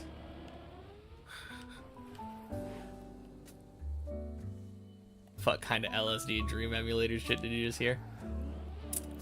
Native American folklore. Yeah. Real bomb. Happy Monday. Interesting first impression you just got. I promise we're not normally talking about Native American folklore. We just happen to be on like a school tangent right now.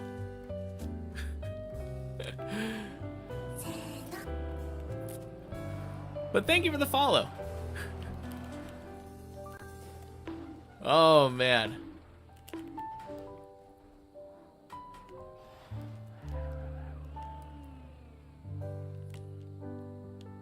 Makes so much more sense. Does it? Oh man.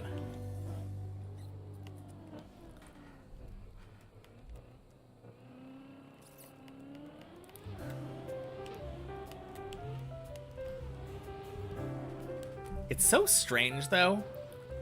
Like the one thing that basically nobody tells you is that your grades in high school just don't really matter.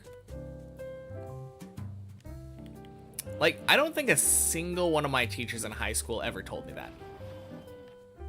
Everyone made this huge deal about how, like, oh, you need to get straight A's.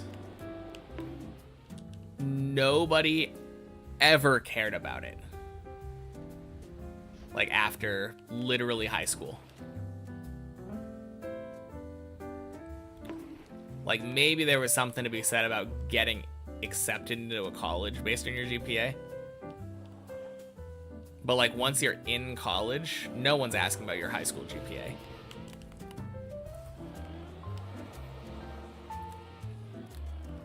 Most of the tests for native language felt like it was just, here's an entire page full of text that reads like nonsense. Please answer the questions about it. True. You had an ex that was no Native American and went on long, nerdy folklore tangents.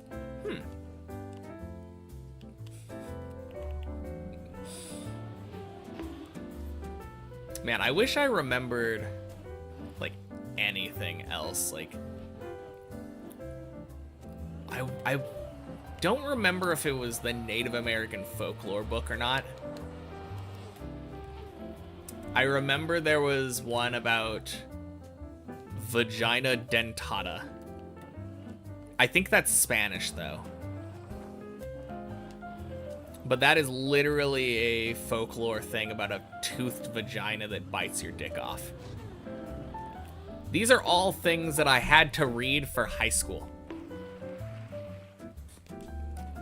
Kind of crazy.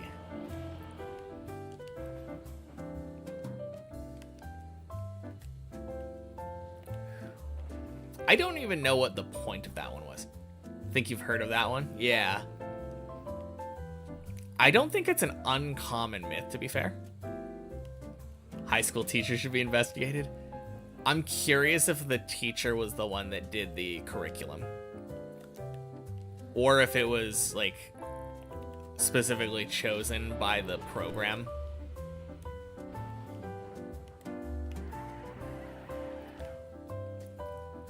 Had read about politics at times, and it was like, did this politician answer the question?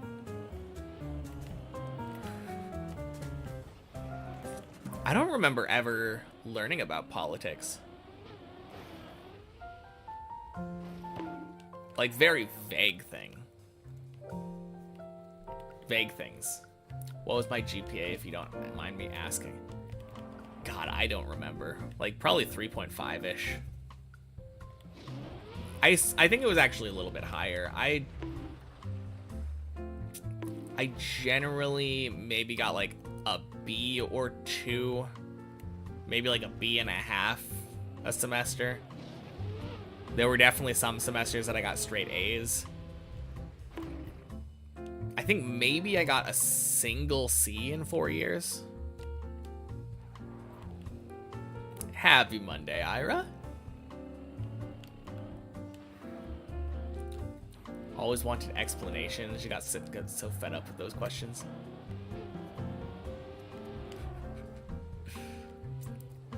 I think my least favorite questions were the ones from those literature classes, where it was like, what was the author thinking? And I'm just like, I have no idea. What makes you think I would know? I just started giving like the most outlandish questions.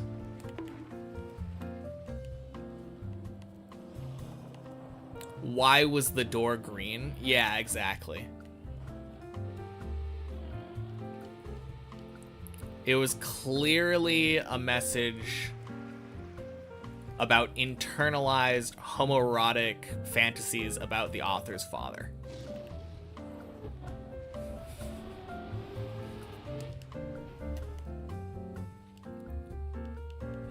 That's what you're supposed to derive from the green door.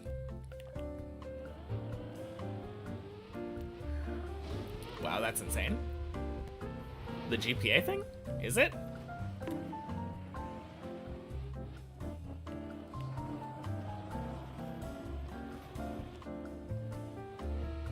That answer is probably correct somewhere, to be honest.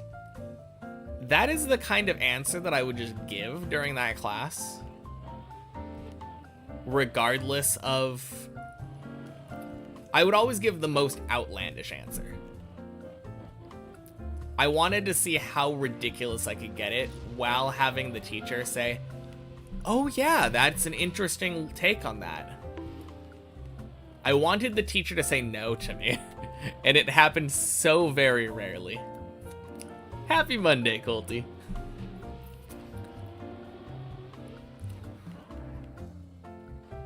Sorry you're not James Patterson. Don't know what the fuck he was thinking writing Maximum Ride. Oh, and happy Monday, Anarchist Metalhead. Gosh, my hand hurts. Holding this pen is uncomfortable. Yeah, clearly the writer was thinking, oh shit, my typewriter jammed again. Wonder how much it's gonna cost for this to get repaired. I still haven't sold a good book.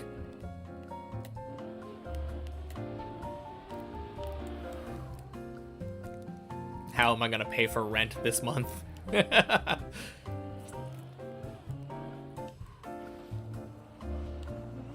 One of them, you got the teachers really mad. Every time they asked what was the author thinking when you did X, you went, I liked it, so I wrote it. Honestly, that's probably the answer, though.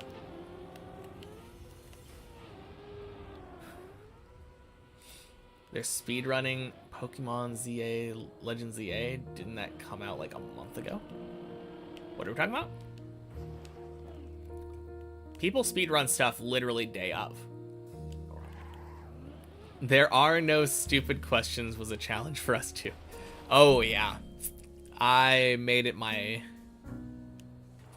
Well, the thing is, questions might be stupid, but if they're out of context, then they're very stupid.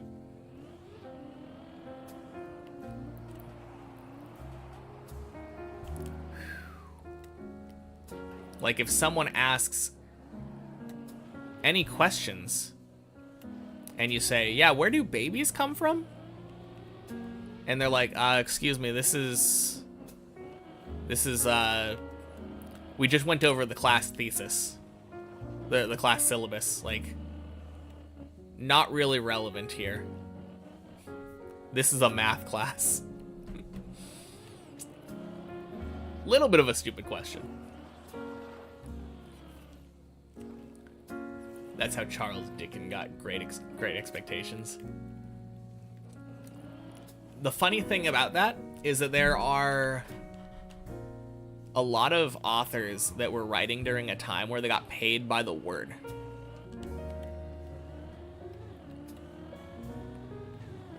So a lot of those authors would just write the most long-winded, like eloquent speech in order to get the most money from the publishing.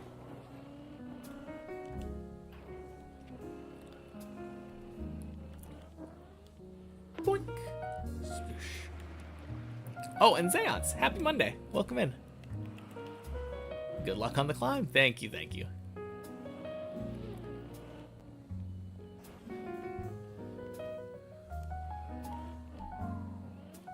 You could just feel he kept writing because he had to. True.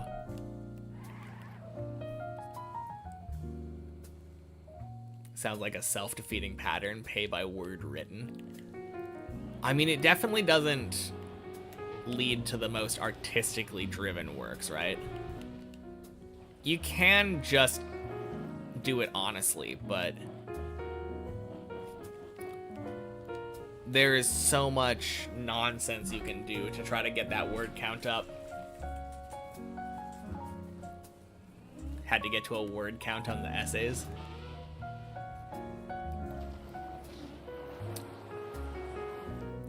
I always forget if it was word count or like character count. Or page count. I think page count was the one that we usually went by. Hey, Lysergium, happy Monday. Welcome in. Boink. Sploosh. Page count was always a silly one because it would simultaneously get us into really bad habits with formatting, while also getting us into bad habits about asking how many pages something had to be. Spam graphs. That's one way to do it.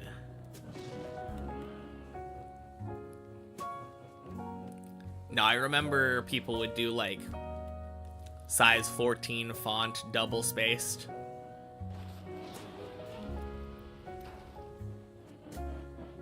Why do you need 100 synonyms for said?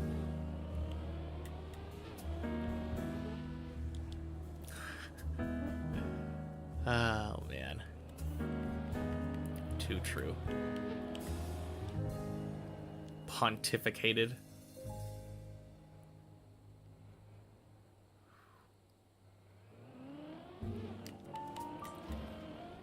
I don't know. I actually do like that though. Because I think it was my my senior year English teacher. He basically said something along the lines of, there is no such thing as a synonym. Because no two words truly mean the same thing. They have, even if they have like the same dictionary definition, there are connotations attached to each word.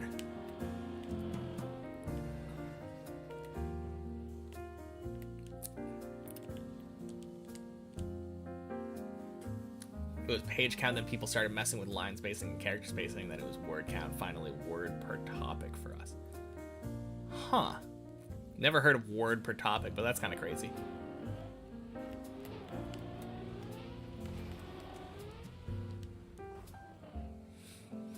For years is that the program you use, forgot which, but this program commissioned by the school, invisible character counted as a word on its own. When you double space for the second one, use the invisible character instead to inflate the word count. Interesting.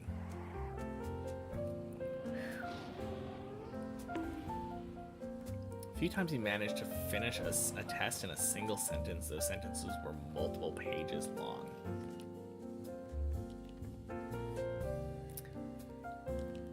Yeah. I mean, I don't think I ever had a test that was only a single question, though. Do feel for teachers these days, all this ChatGPT stuff was making doubt everything produced by students. 100%. Also the fact that they're underpaid and overworked. Sending a corrupted document if you need extra time. That is actually genius.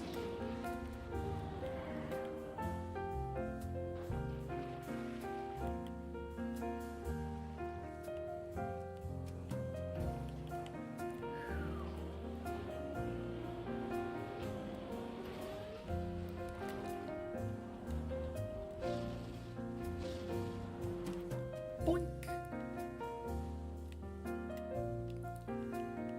Yeah, I don't think I've ever done that.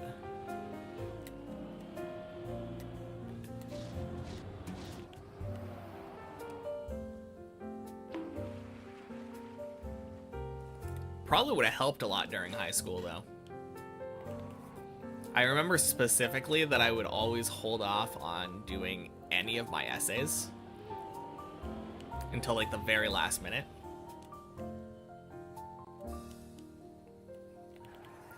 I would always basically be drafting my essays for like a week in advance, just in my head. And then eventually I would have to put it down on paper. But I would basically have the entire paper written almost word for word in my mind, and then I would just have to go to a computer lab and type it out. Quack. Send a zip bomb to destroy their computer. Oof.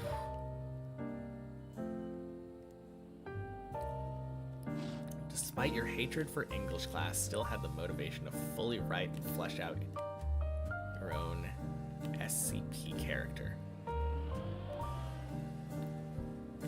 Do I want to ask? I'm probably gonna be like, oh, of course.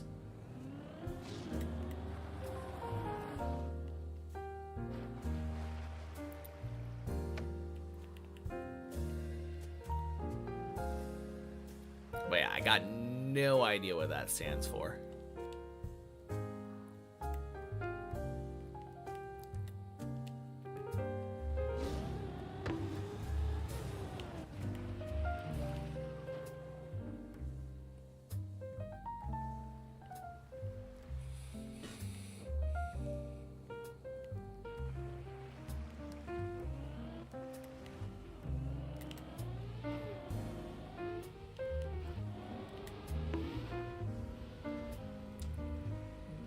Close enough? Nice. Fictional universe that contains ABD researches anomalies.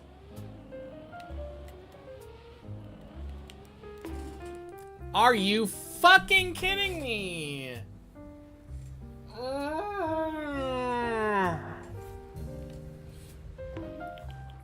God, such a scam.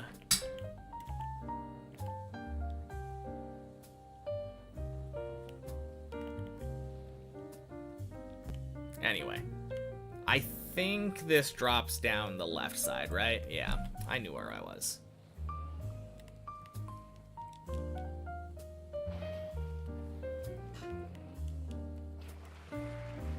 Fucking zigzag.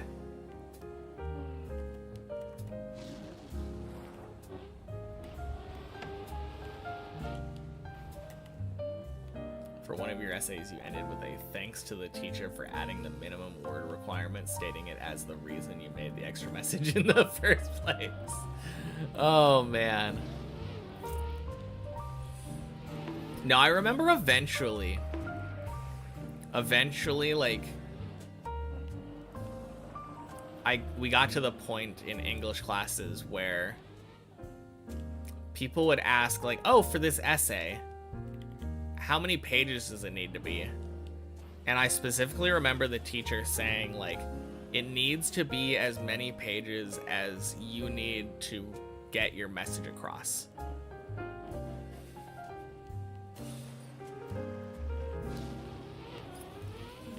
And then you just actually had to write an essay.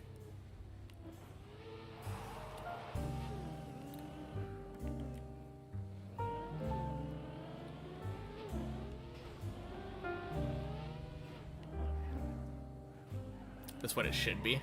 It should be, but the problem is that the work is being required, so a required piece of work is something that people don't want to do. And if you don't want to do it, then you don't have motivation to do it. And you don't have motivation to, like, actually put the amount of effort into it that should be put into it. And then you end up with people with writing, like, a one-page essay that's not researched at all and basically says nothing.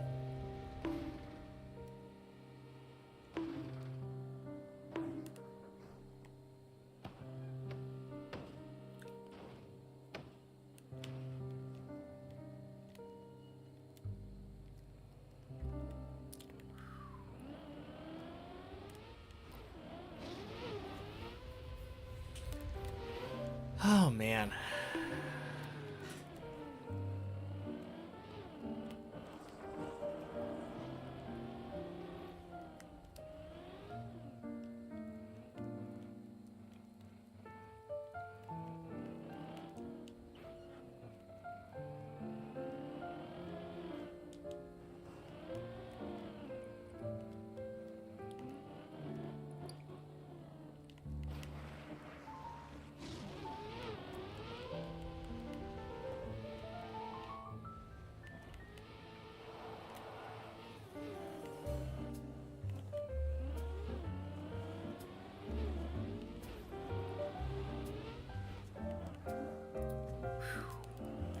Middle school science fair was required, and if you didn't do a project, you had to do a 2-page front and back essay on a science topic of your choice.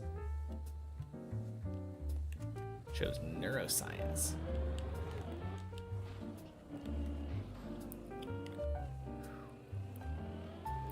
Oh, you chose to write the essay instead.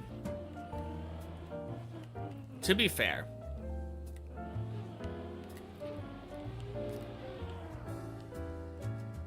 there is a lot of fun science stuff. And writing an essay just tends to be significantly less effort than putting an entire project together.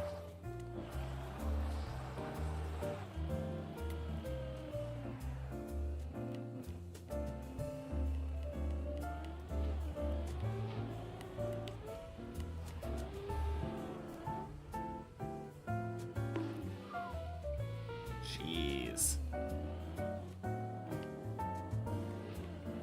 Happy Monday, Halt.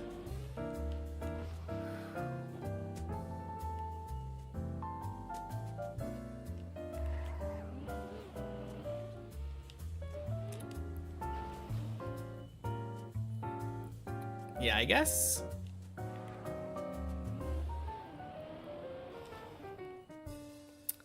I feel like I never really did any big memorable experiments like that.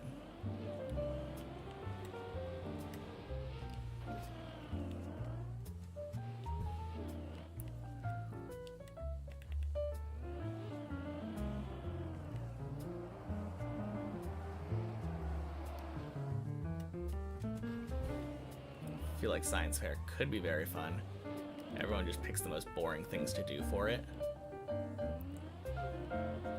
Yeah, I guess the problem for me would be, like, how fun can you actually be without being dangerous?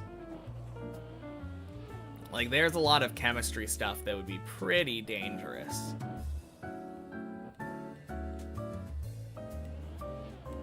Managed to make a working charger with a lemon, though. That is cool.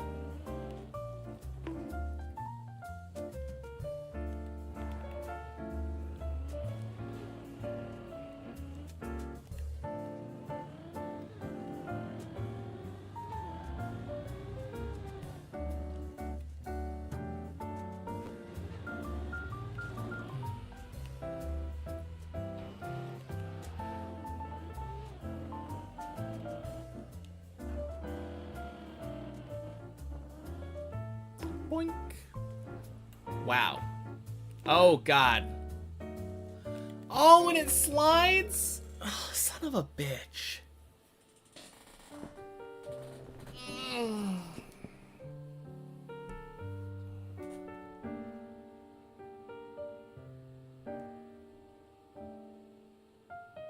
There's a chance this falls down.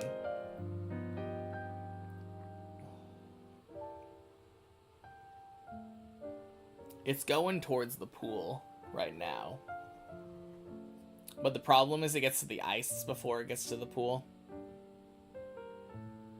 And I think the ice stops the car, but keeps the car on the plastic.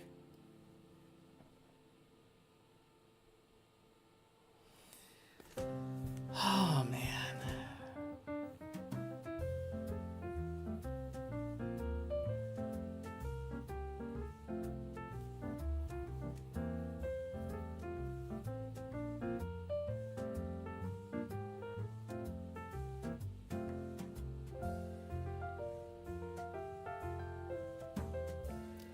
Might also cause it to go directly forward. I don't know if I see that happening, but I don't know. We'll see. Could be interesting figuring out what's what.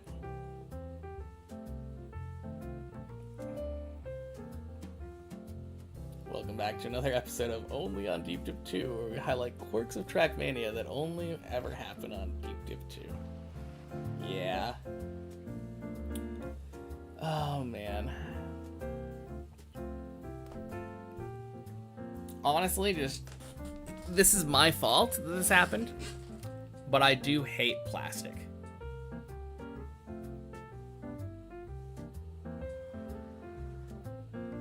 Sure looks like it stopped on the ice. Or stopped on the plastic because of the ice.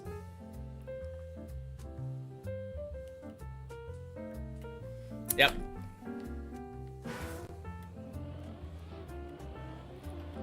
So many during the event.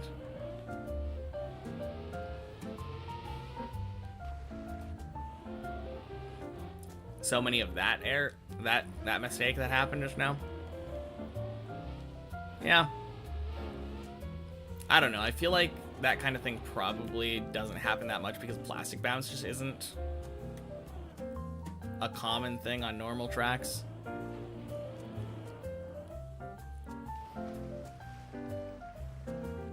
And if it was a common thing during a track, if you fail it, you just respawn and your checkpoint is probably right before it anyway. Random physics quirks could only happen on a map like Deep Dip 2. Yeah, I mean, not gonna come into play a lot during normal time trial kind of maps. I assume it's probably not that uncommon during RPG and trial maps, though.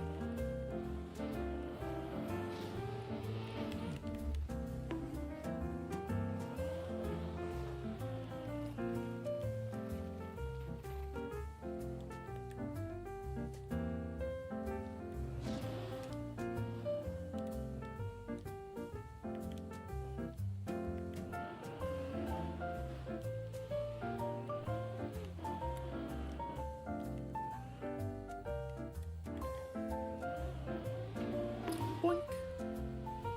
Favorite moments during the event were brain fart moments, though. Oh, I've had a good number of those.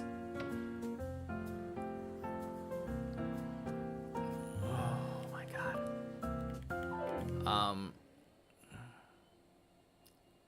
Well, that's incredibly stupid. Would Final Enigma be possible to port to TM 2020? Probably not. I assume that there are physics things in TMNF that don't exist in 2020 that make it possible.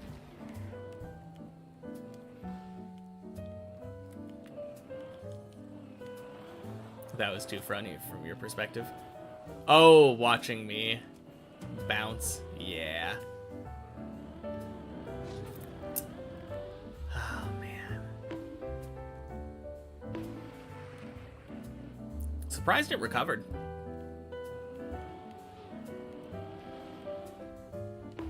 This next jump looks easy, but it's not, followed by him just jumping off at the wrong spot.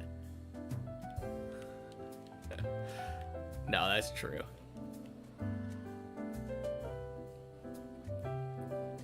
I feel like there are a lot of those moments for me where instead of actually getting the jump, I drive off a cliff somewhere. It's been happening less and less. But it's such a long map. It's so hard to stay focused the entire time.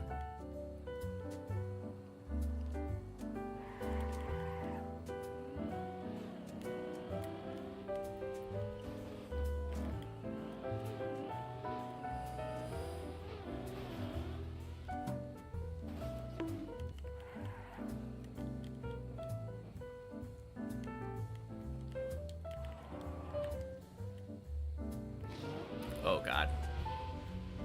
That's good.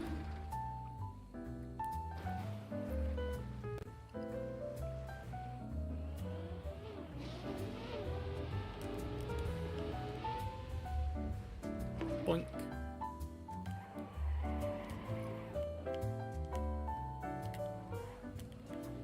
Ah, I do that so much.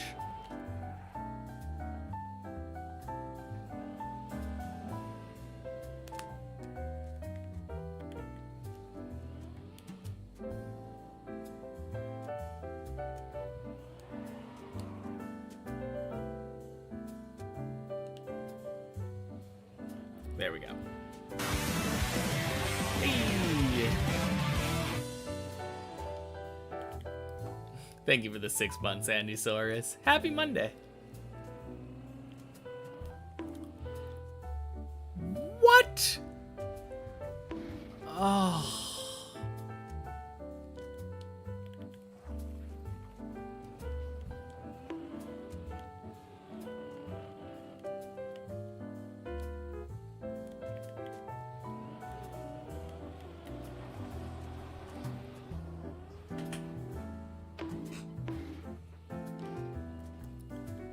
God damn it.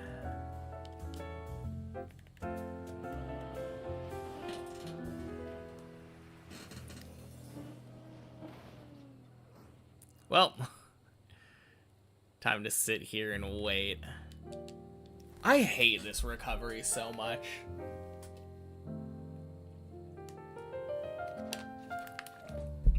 Like, if you want to get the troll in, sure, but like add a small patch of dirt right here.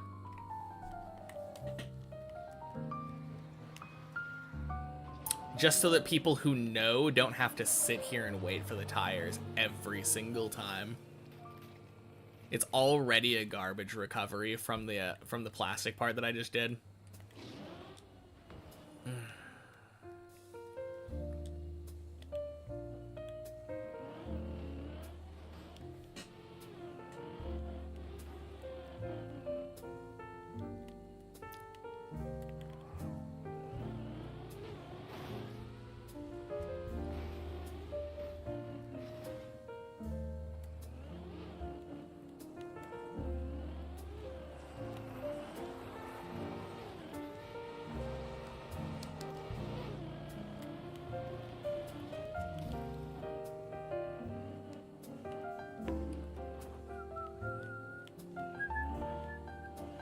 Perfo.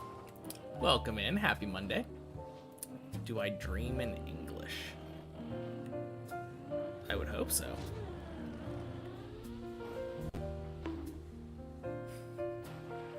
I mean, sometimes other languages are spoken, I think, during my dreams, but English is my first language, so it makes the most sense to be dreaming in that language. Your dreams don't often contain language. I think mine usually do. I do feel like there are conversations being had during my dreams.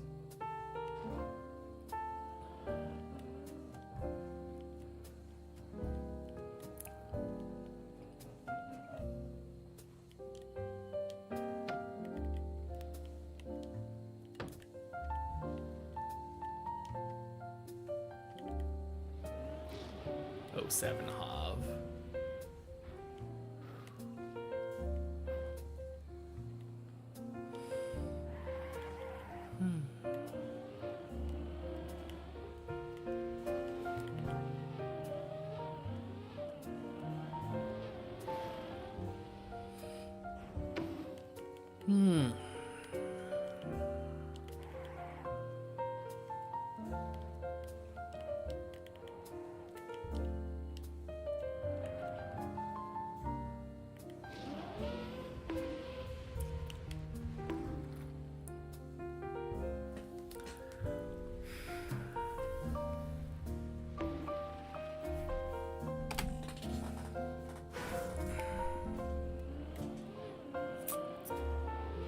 Man.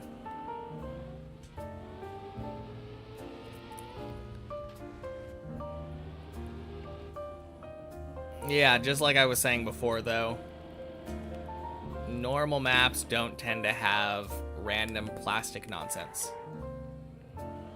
You're usually not bouncing off of plastic, so you're not usually going to have a problem like that.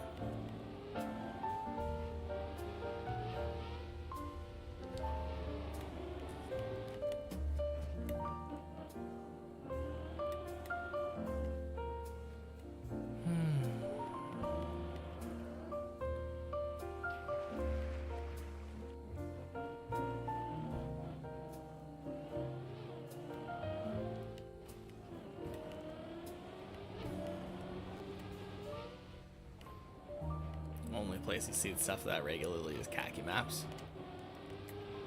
And deep dip too. Yeah, I bet you'd probably see it a lot more often if you're watching more like RPG and trial maps though.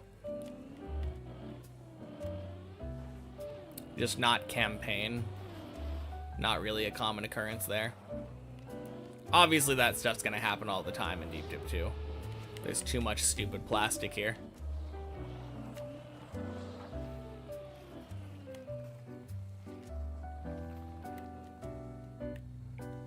But whatever, it happens.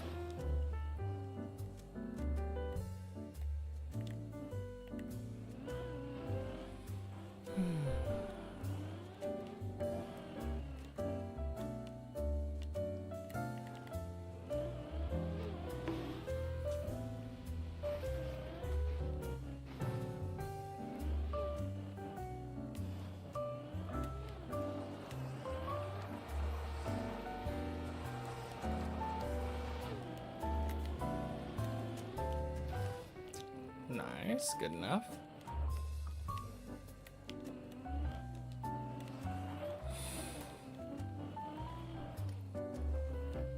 Boink,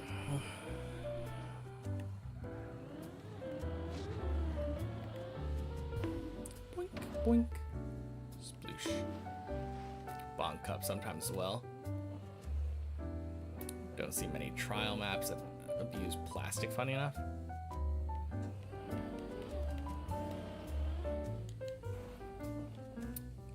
I think you're right.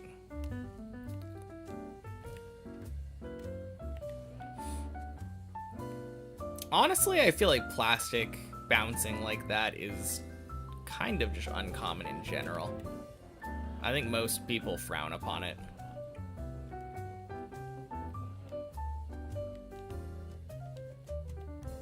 At least using it in a way where you have to use it skillfully.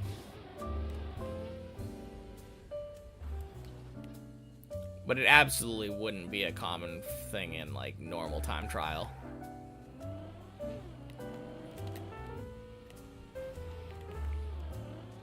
I guess deep dip probably would be the most common place to come across it, though.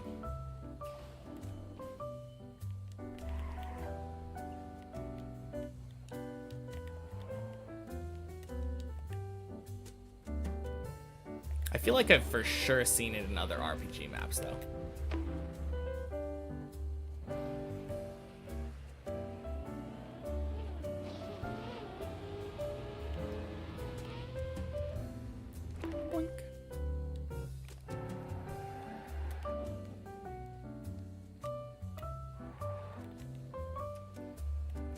In khaki maps, you're aiming for the most unlikely results, though. Yeah, I guess usually... Well, plastic can cause a fairly wide variance. Seems like a good match.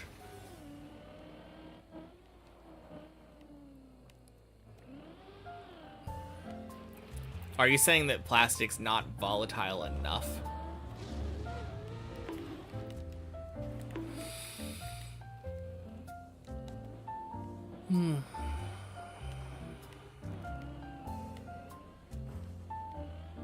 Gross.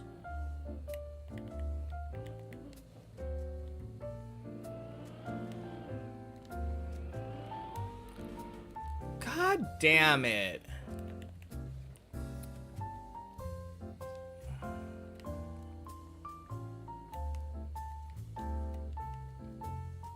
Man.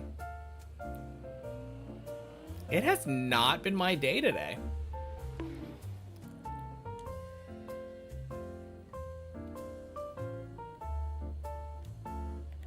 Only been climbing for a little under 2 hours, but still. Days PB floor 8. Gross.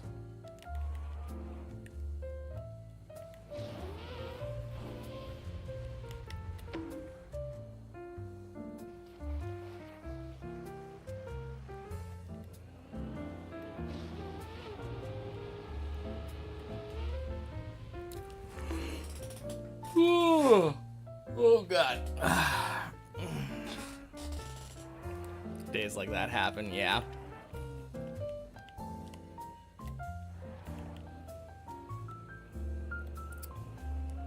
Honestly, I think I'm just tired today.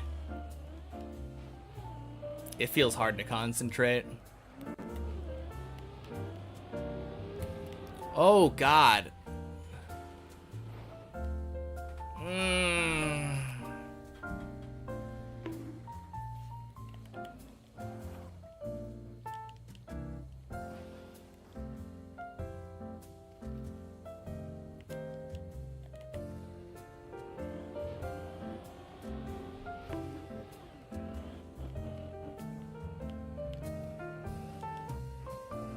Yeah, I mean, there's always going to be off days, no matter what you're doing.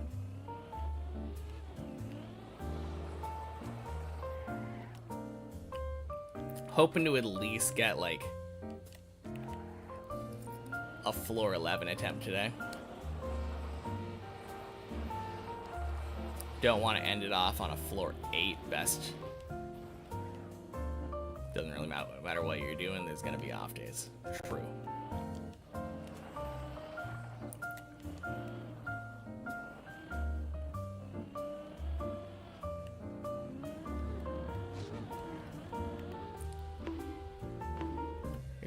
Gonna have days where you can't get any good times.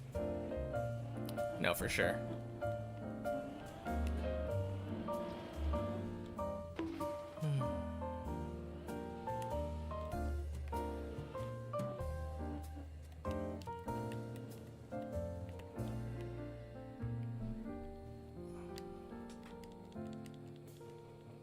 Man, I wish I would get up to my PB floor more often, though.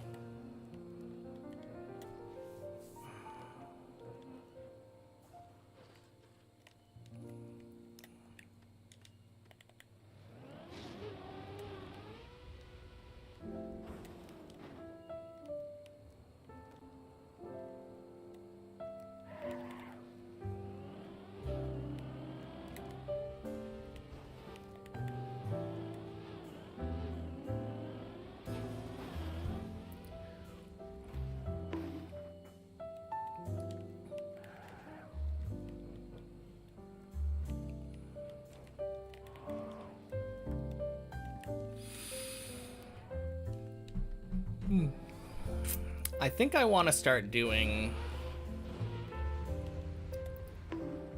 like evenings where I'm practicing.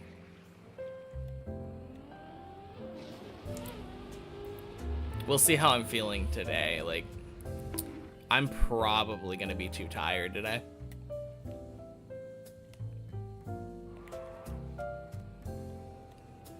But it wouldn't be surprising to me if tomorrow I start stream back up after and just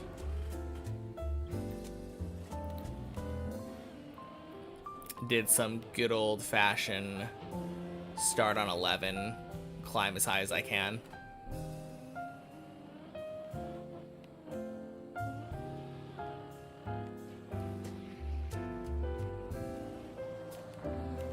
Oh god.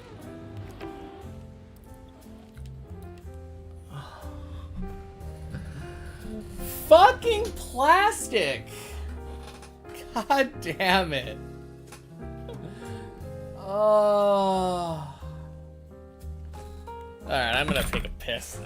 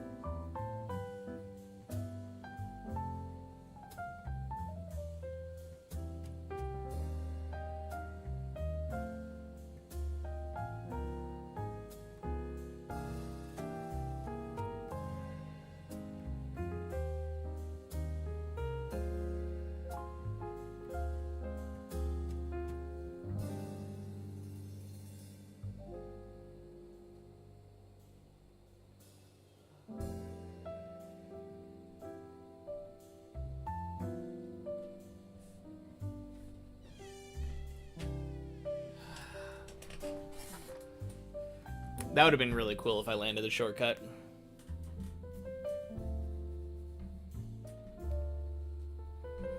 Ugh.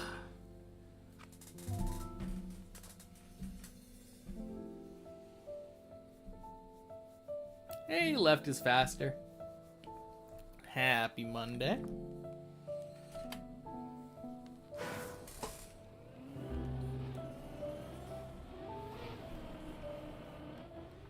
Oh, man.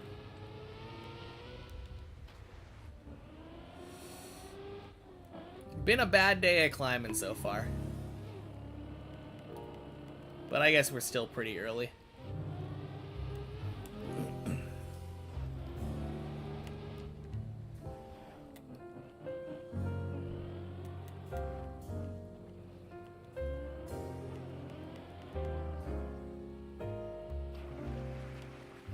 No, that would have been pretty sick if I would have landed the shortcut, though. I think I would have needed to be further right or further left. Or maybe released. I think releasing probably wouldn't have done that much because I had so much momentum going in that direction.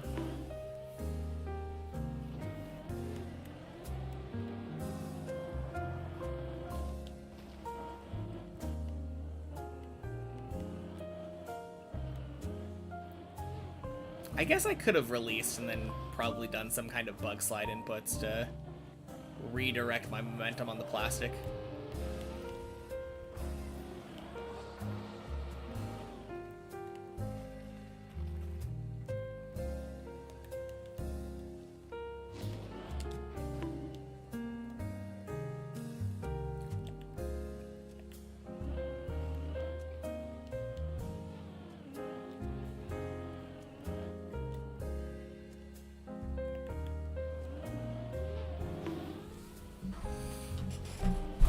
Oh, man.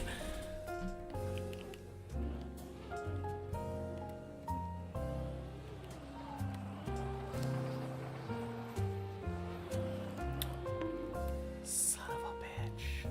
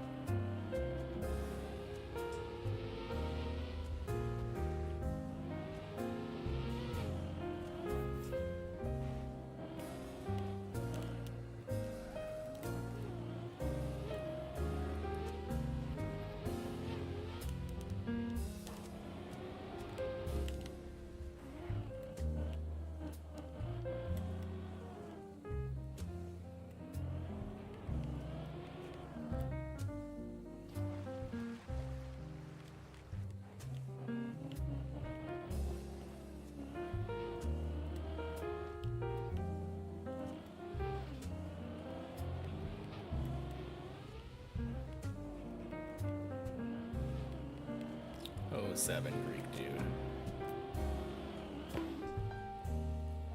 Really?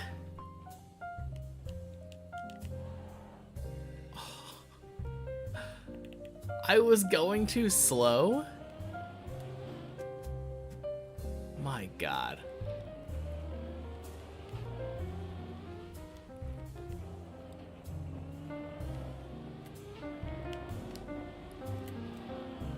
There's always good luck on the tower, praying that it isn't too mean to me.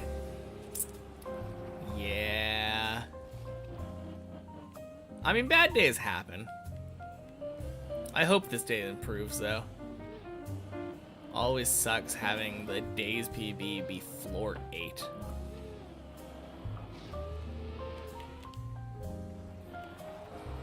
Lost to a really uncommon fail on 8. I think I've only had it happen twice. But the second turtle, when it came out of the roof hang thing, ended up going down the ledge. So bad.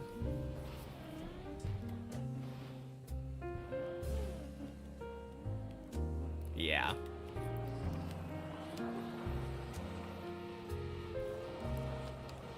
I'm not even sure what happened. I think I just hesitated too much.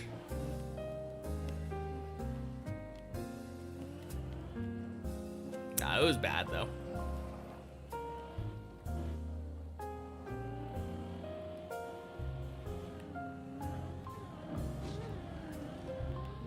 Boink, boink. Sploosh. I would like to get myself a 10 or 11 attempt.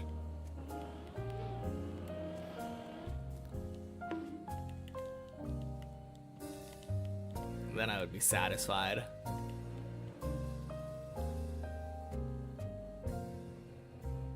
Obviously, always want more, but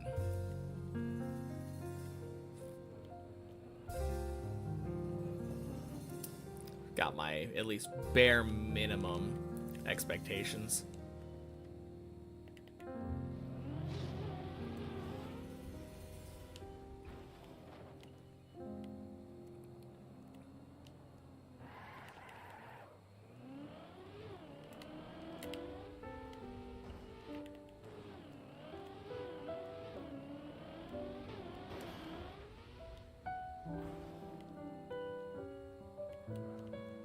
Your tilt would be immeasurable. Yeah. I haven't even gotten back up to 8 since then. I've only been up to 8 once today. Not made for such things, yeah. No, it's rough.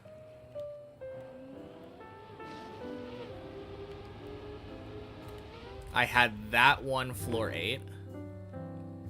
And then the next time when I was close to getting an attempt at it again, I ended up failing zigzag, which just doesn't happen very much anymore. So the fact that I am now better at zigzag, combined with the fact that it's a terrible, terrible fail, like you lose so much progress, I think that put me on tilt pretty hard.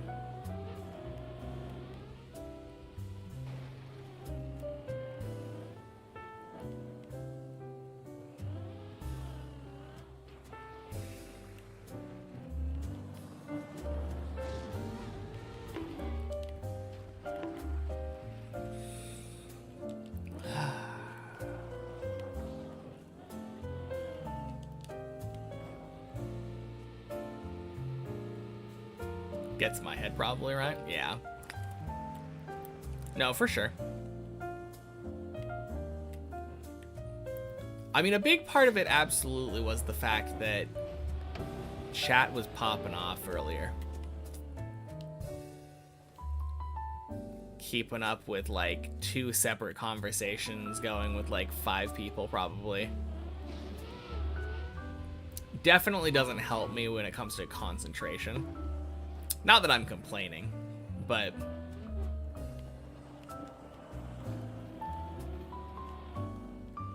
when I failed that thing on 8, I definitely was in the middle of reading a message.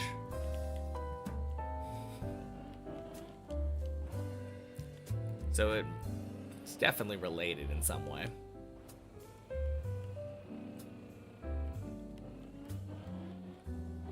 I wish I was better.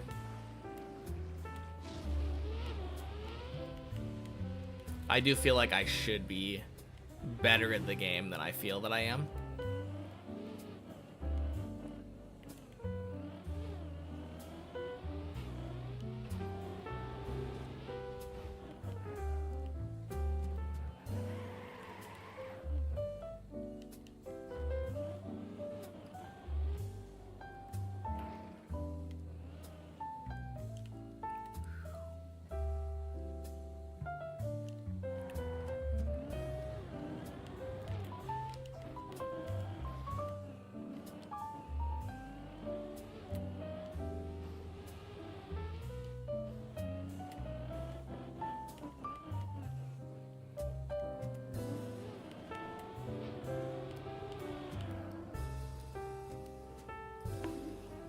Okay.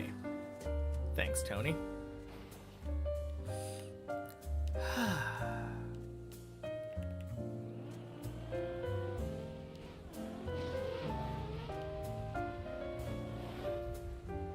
Not a big deal. We go again.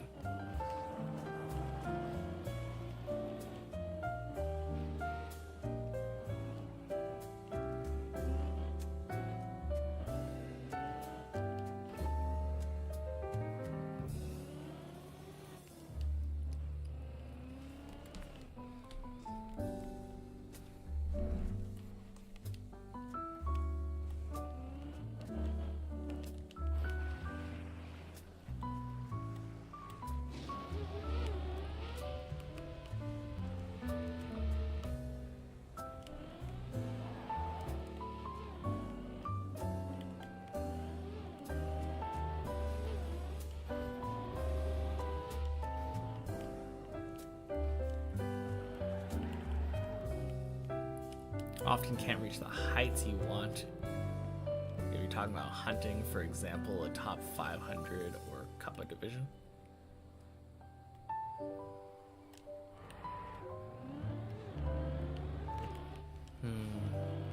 I guess that's fair.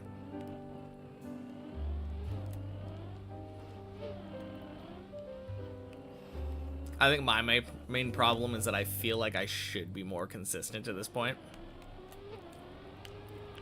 After over, like, what, 2,400 now hours of Trackmania? Ooh, lag spike. Freaking Clippinator.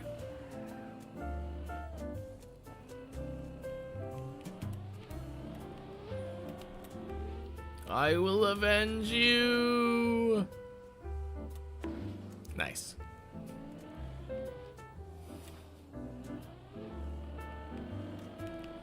I was definitely scared that I was about to join you instead.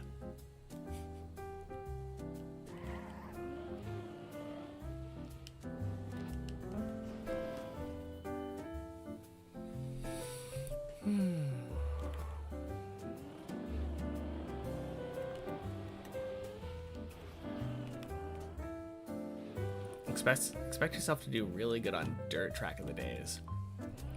Fast learn wise.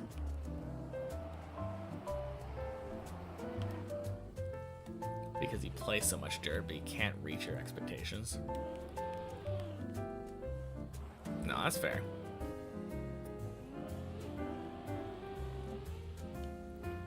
Hasn't happened to you in a while. Oh, that's the worst.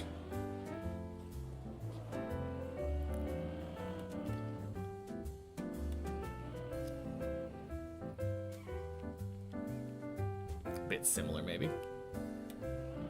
Yeah, for sure. It's all a matter of expectations, right? Like, my problem is that I am expecting myself to do better more consistently on deep dip. And when I don't, it tilts me. And probably makes me play less consistently, to be fair. Self-fulfilling prophecy.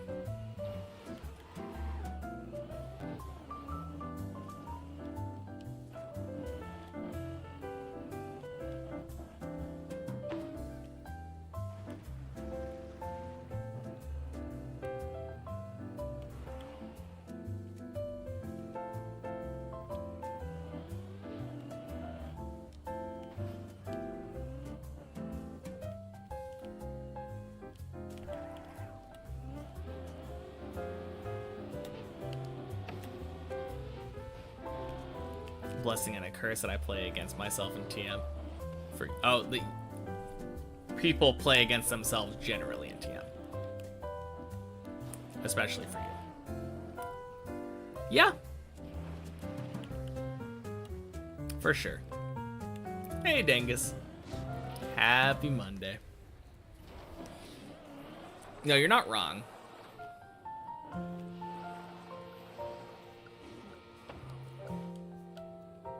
Because, like, not being able to essentially beat it, the only person to blame is yourself, because you haven't been able to improve enough to beat your own time.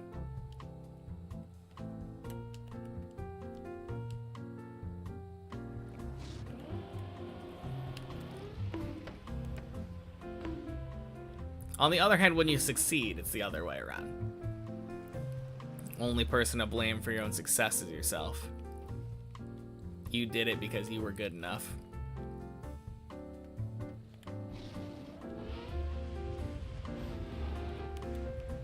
Not ever gonna find yourself in a position where you got a PB because someone else carried you.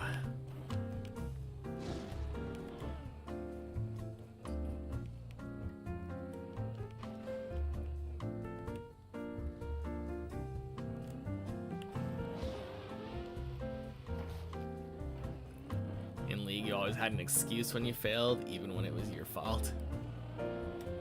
Yeah, of course, that damn jungler wasn't there. If your team's jungler was there as much as the enemy team's jungler was there, clearly you wouldn't have lost.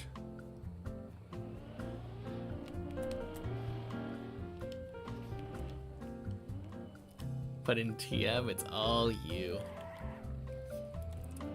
Can I blame the jungler? I'm gonna blame the jungler from now on.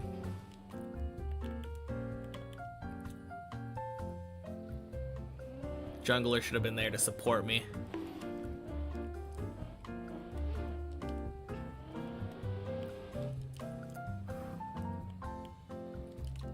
FPS and mappers. True.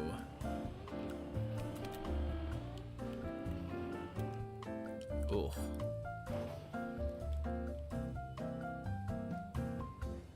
That feeling when you're the jungler?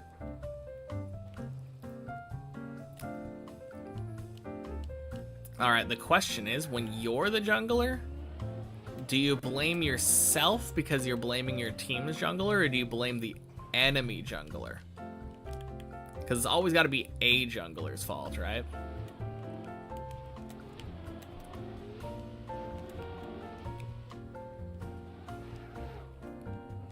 Don't blame anyone since you're Iron 4.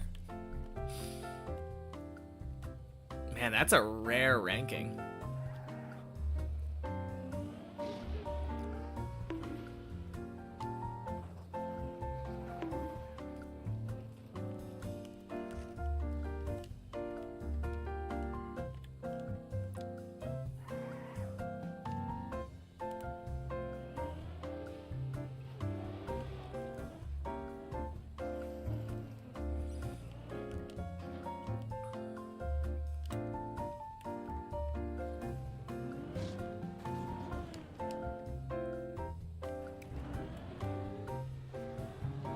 I wonder how much better off I would have been if I didn't immediately start playing ranked.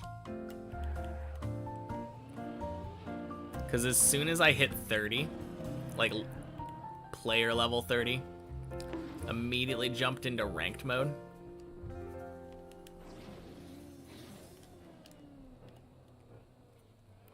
And got smashed. And it tanked my initial elo. So I was bronze for years. And then I was silver for years. And then I think eventually I got gold.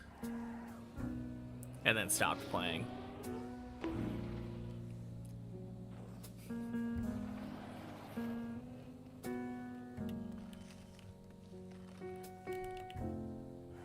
I don't know. I think my problem with League isn't really that, though. My problem is that I like variance. +7, -21, like win-loss ratio. Dang.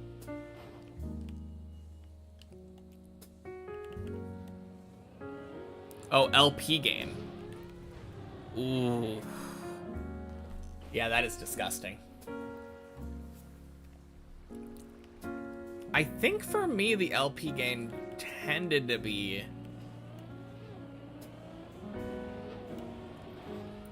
like about equal, the gain and loss. For the life of me, I can't tell you, though. It has been way too long since I thought about that.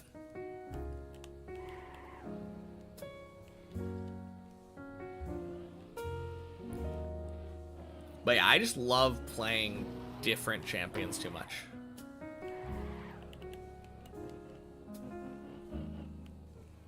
So either I'm having fun and playing poorly, or I'm not having very much fun. And probably playing poorly because of that.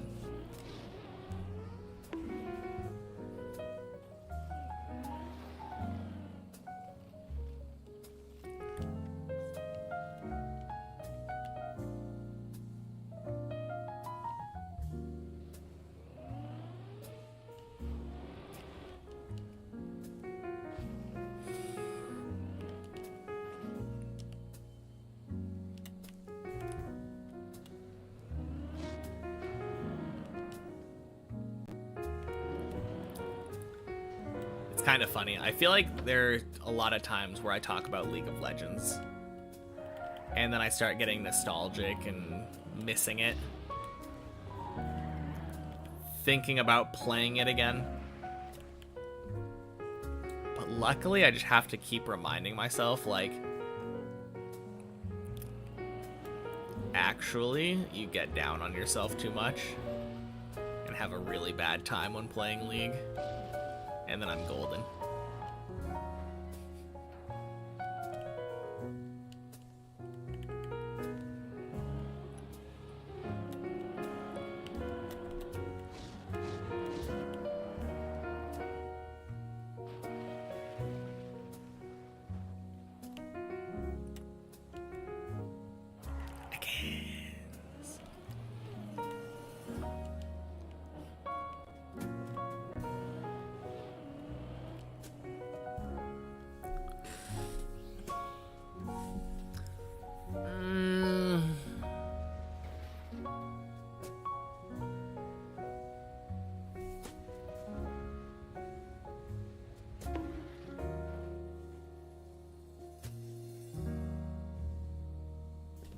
Can't open the game, otherwise you lose 50 euros again. Oh, man.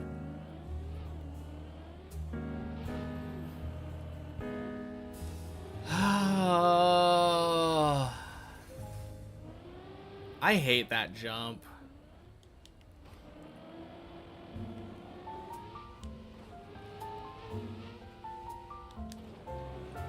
Those sweet skins. I don't think I've ever... No, that's not true. At some point, I think my girlfriend convinced me to spend money on skins.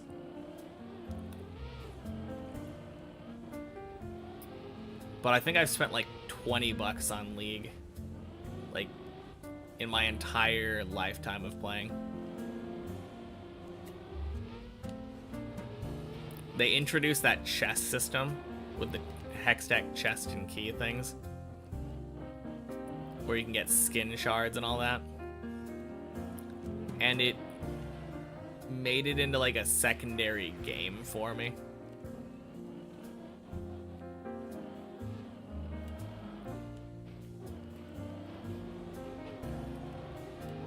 Really demotivated me from ever spending money on the game.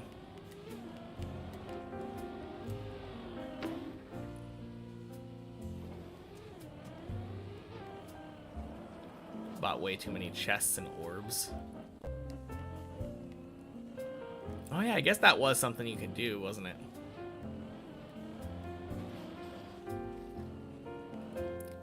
For me, it always fed into my gameplay pattern. At least the way it worked initially. I don't know if it works the same way now, but it was all about getting like a specific rank during the season on champions. Oh. God, it's been such a bad day. But yeah, I think if you got like an A or an S rank or something on a champion for the first time during the season, then you got a chest. And because I love playing different champions a lot, the weird thing is I think it incentivized you to duo queue. Because I'm pretty sure if you were playing a champion that you hadn't gotten a chest on, and your partner was one-tricking, their S rank would get you a chest.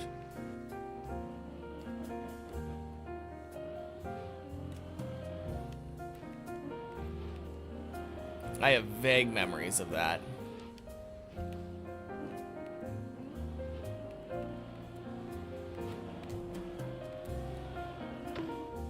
Hey, Moon Moth. Welcome in. Happy Monday. Yeah. That's how I always did it.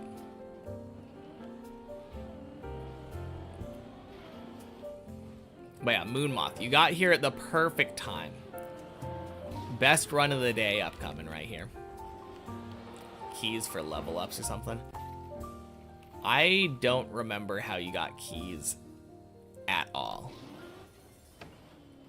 I feel like I was getting a random key fragment like once a day when I would log in. So then I would end up having like a key every 3 days.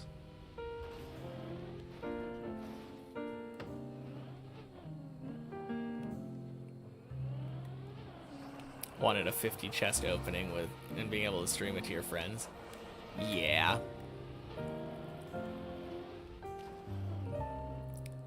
You see, that's the difference between you and I. I didn't have friends.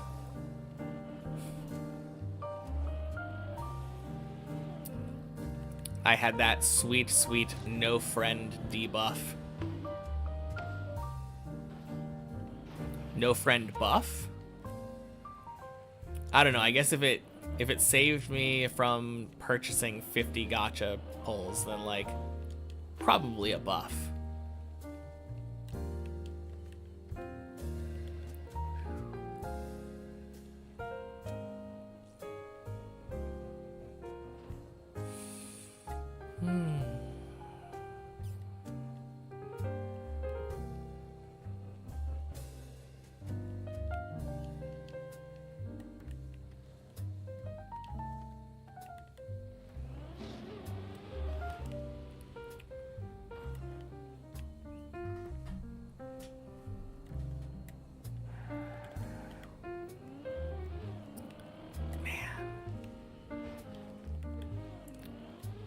They didn't even try to talk you out of it. Ooh. Sounds like you got some degenerate gamblers in your friend group.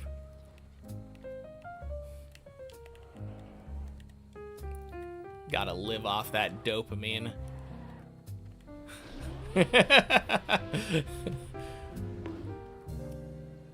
Oh man. They didn't try to talk you out of it, and you don't try to deny it.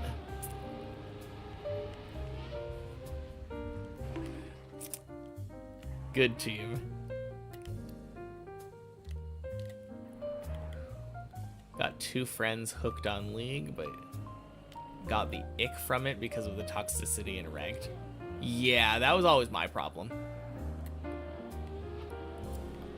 Toxicity in ranked was just so rampant. Went to the gas station, got pay safe cards so you could buy more chests. Oof.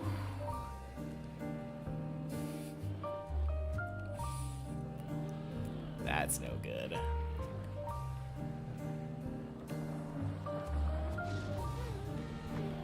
Dang. Where are you getting all this gambling money from? Oh, it was your birthday money. Gotcha. I was gonna say.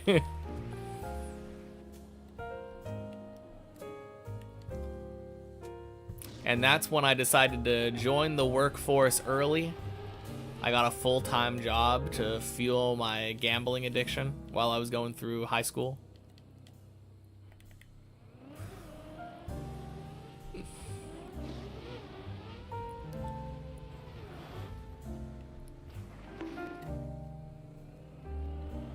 Man. Something like that. Yeah, yeah.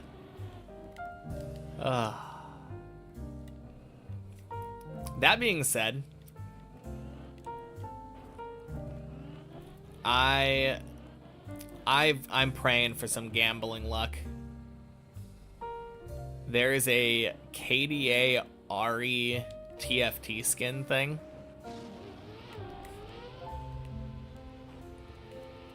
And it's just like a full-sized Ari that you play as.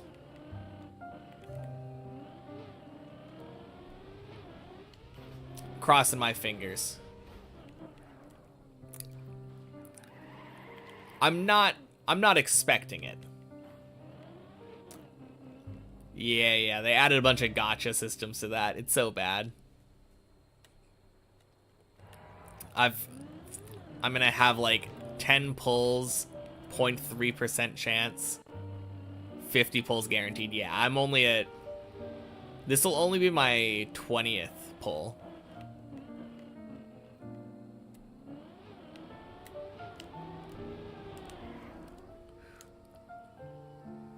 Love gacha. What's there not to love? Happy Monday, mate.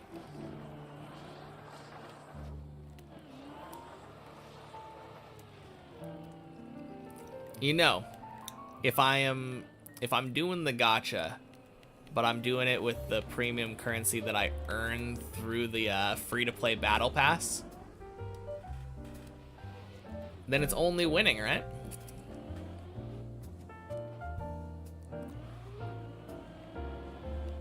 Oh, God. Ooh.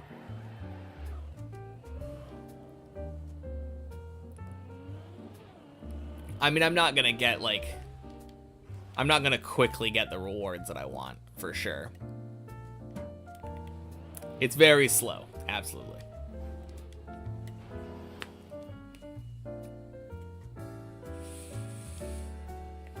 But at least my bank account is happy.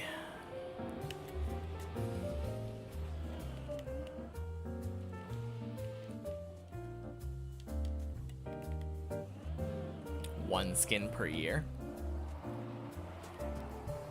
Maybe if you're playing at, like, peak efficiency. Probably not, though, of the gacha ones. Because I think they only do, what is it, like 2 battle passes a year for the TFT sets.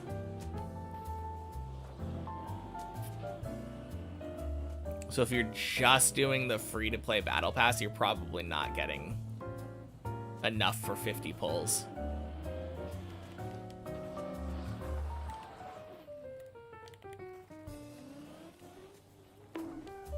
I think so? Because I'm pretty sure that... Maybe it's 3. I don't know. It feels like they do basically a yearly set. Where there's like a mid-set between, right? Or is it 2 sets a year? I think it's yearly. No, I think it's 2 sets a year. It's 2 sets a year, I think. Which means it would probably be 4 battle passes. Boink. Sploosh.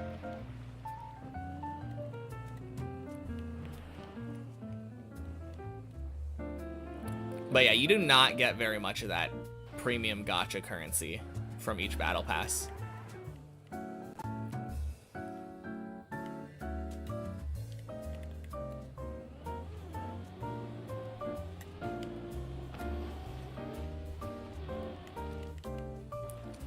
You probably get enough for like 2 or 3 pulls each one, which means you're probably getting like 10 pulls a year.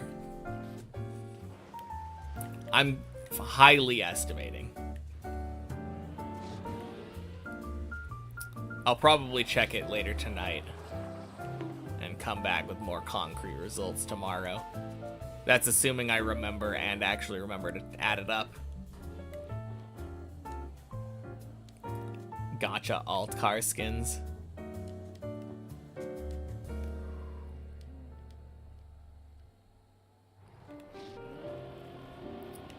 I mean, it wouldn't surprise me, but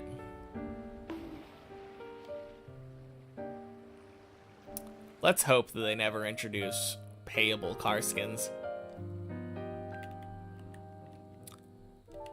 I mean, not to any extent other than like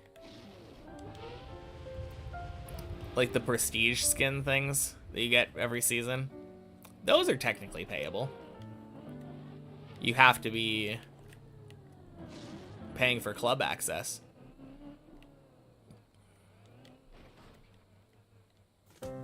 No one would buy that, at least you wouldn't. Yeah. If they're good and rare, yes. Yeah, I mean, that's the thing, right? People like buying things that are shiny and rare so that they can show it off in their favorite game. And honestly, I wouldn't be that opposed to it in Trackmania. It's not like they really monetized the game anyway.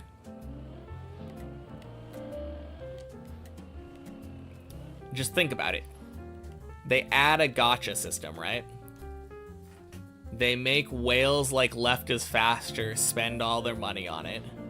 And then all of us get club access for free. They go full free to play. Let everybody play for free.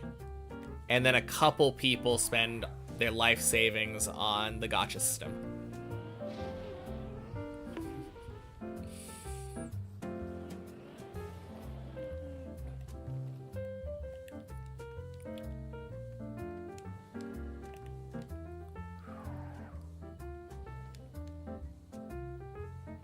As long as the skins are good and animated, yes.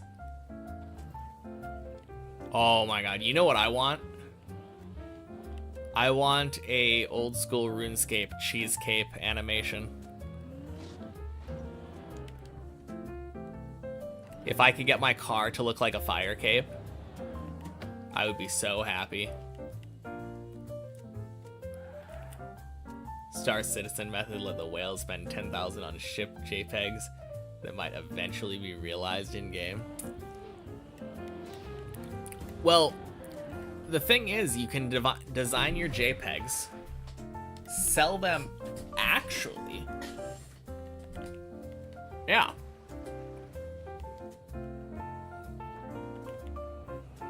honestly, it's kind of a win-win, right?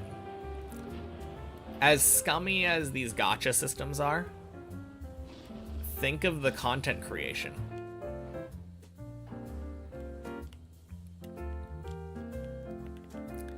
Like, people love watching CS crate openings. I don't understand it, but it's a thing that happens. We could have that here. Probably wouldn't go down too well, though. Because nowadays, countries have been cracking down a lot more on the gambling.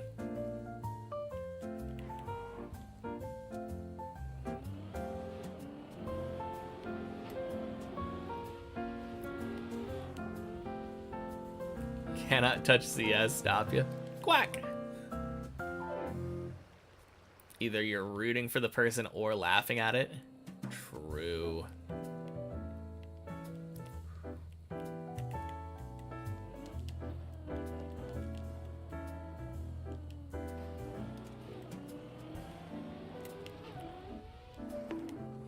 But yeah, that's what I'm saying. You love watching the openings. Make for good content. So then you get content creators also whaling and paying for all of our club membership. To no one's surprise. Oh yeah. And honestly, that I could imagine that drawing people to the game.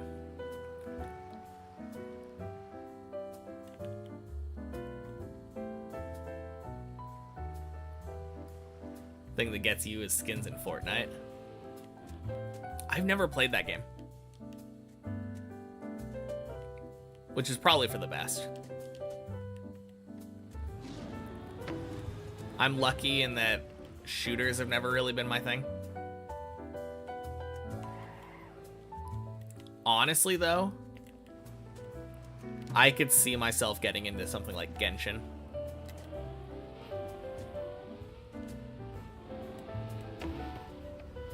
Goodbye, wallet. Ooh, shit.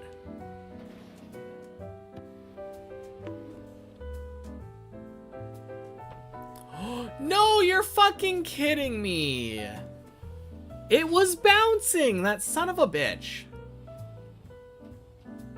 Ugh.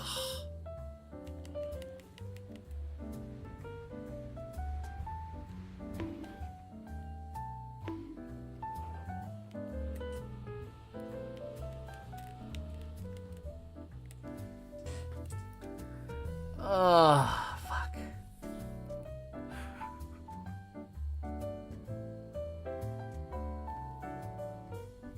All right. I'm calling it a day. Fucking 8 was my PB today. Feels bad.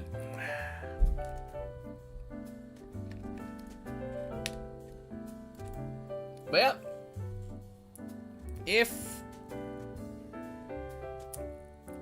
yeah, if I'm not too tired, I will be back later tonight, but probably not. I'll probably be back tomorrow. Still fun to watch. Thank you. All right. Surely better climbing tomorrow. Can't get much worse, right? All right. Peace, everybody.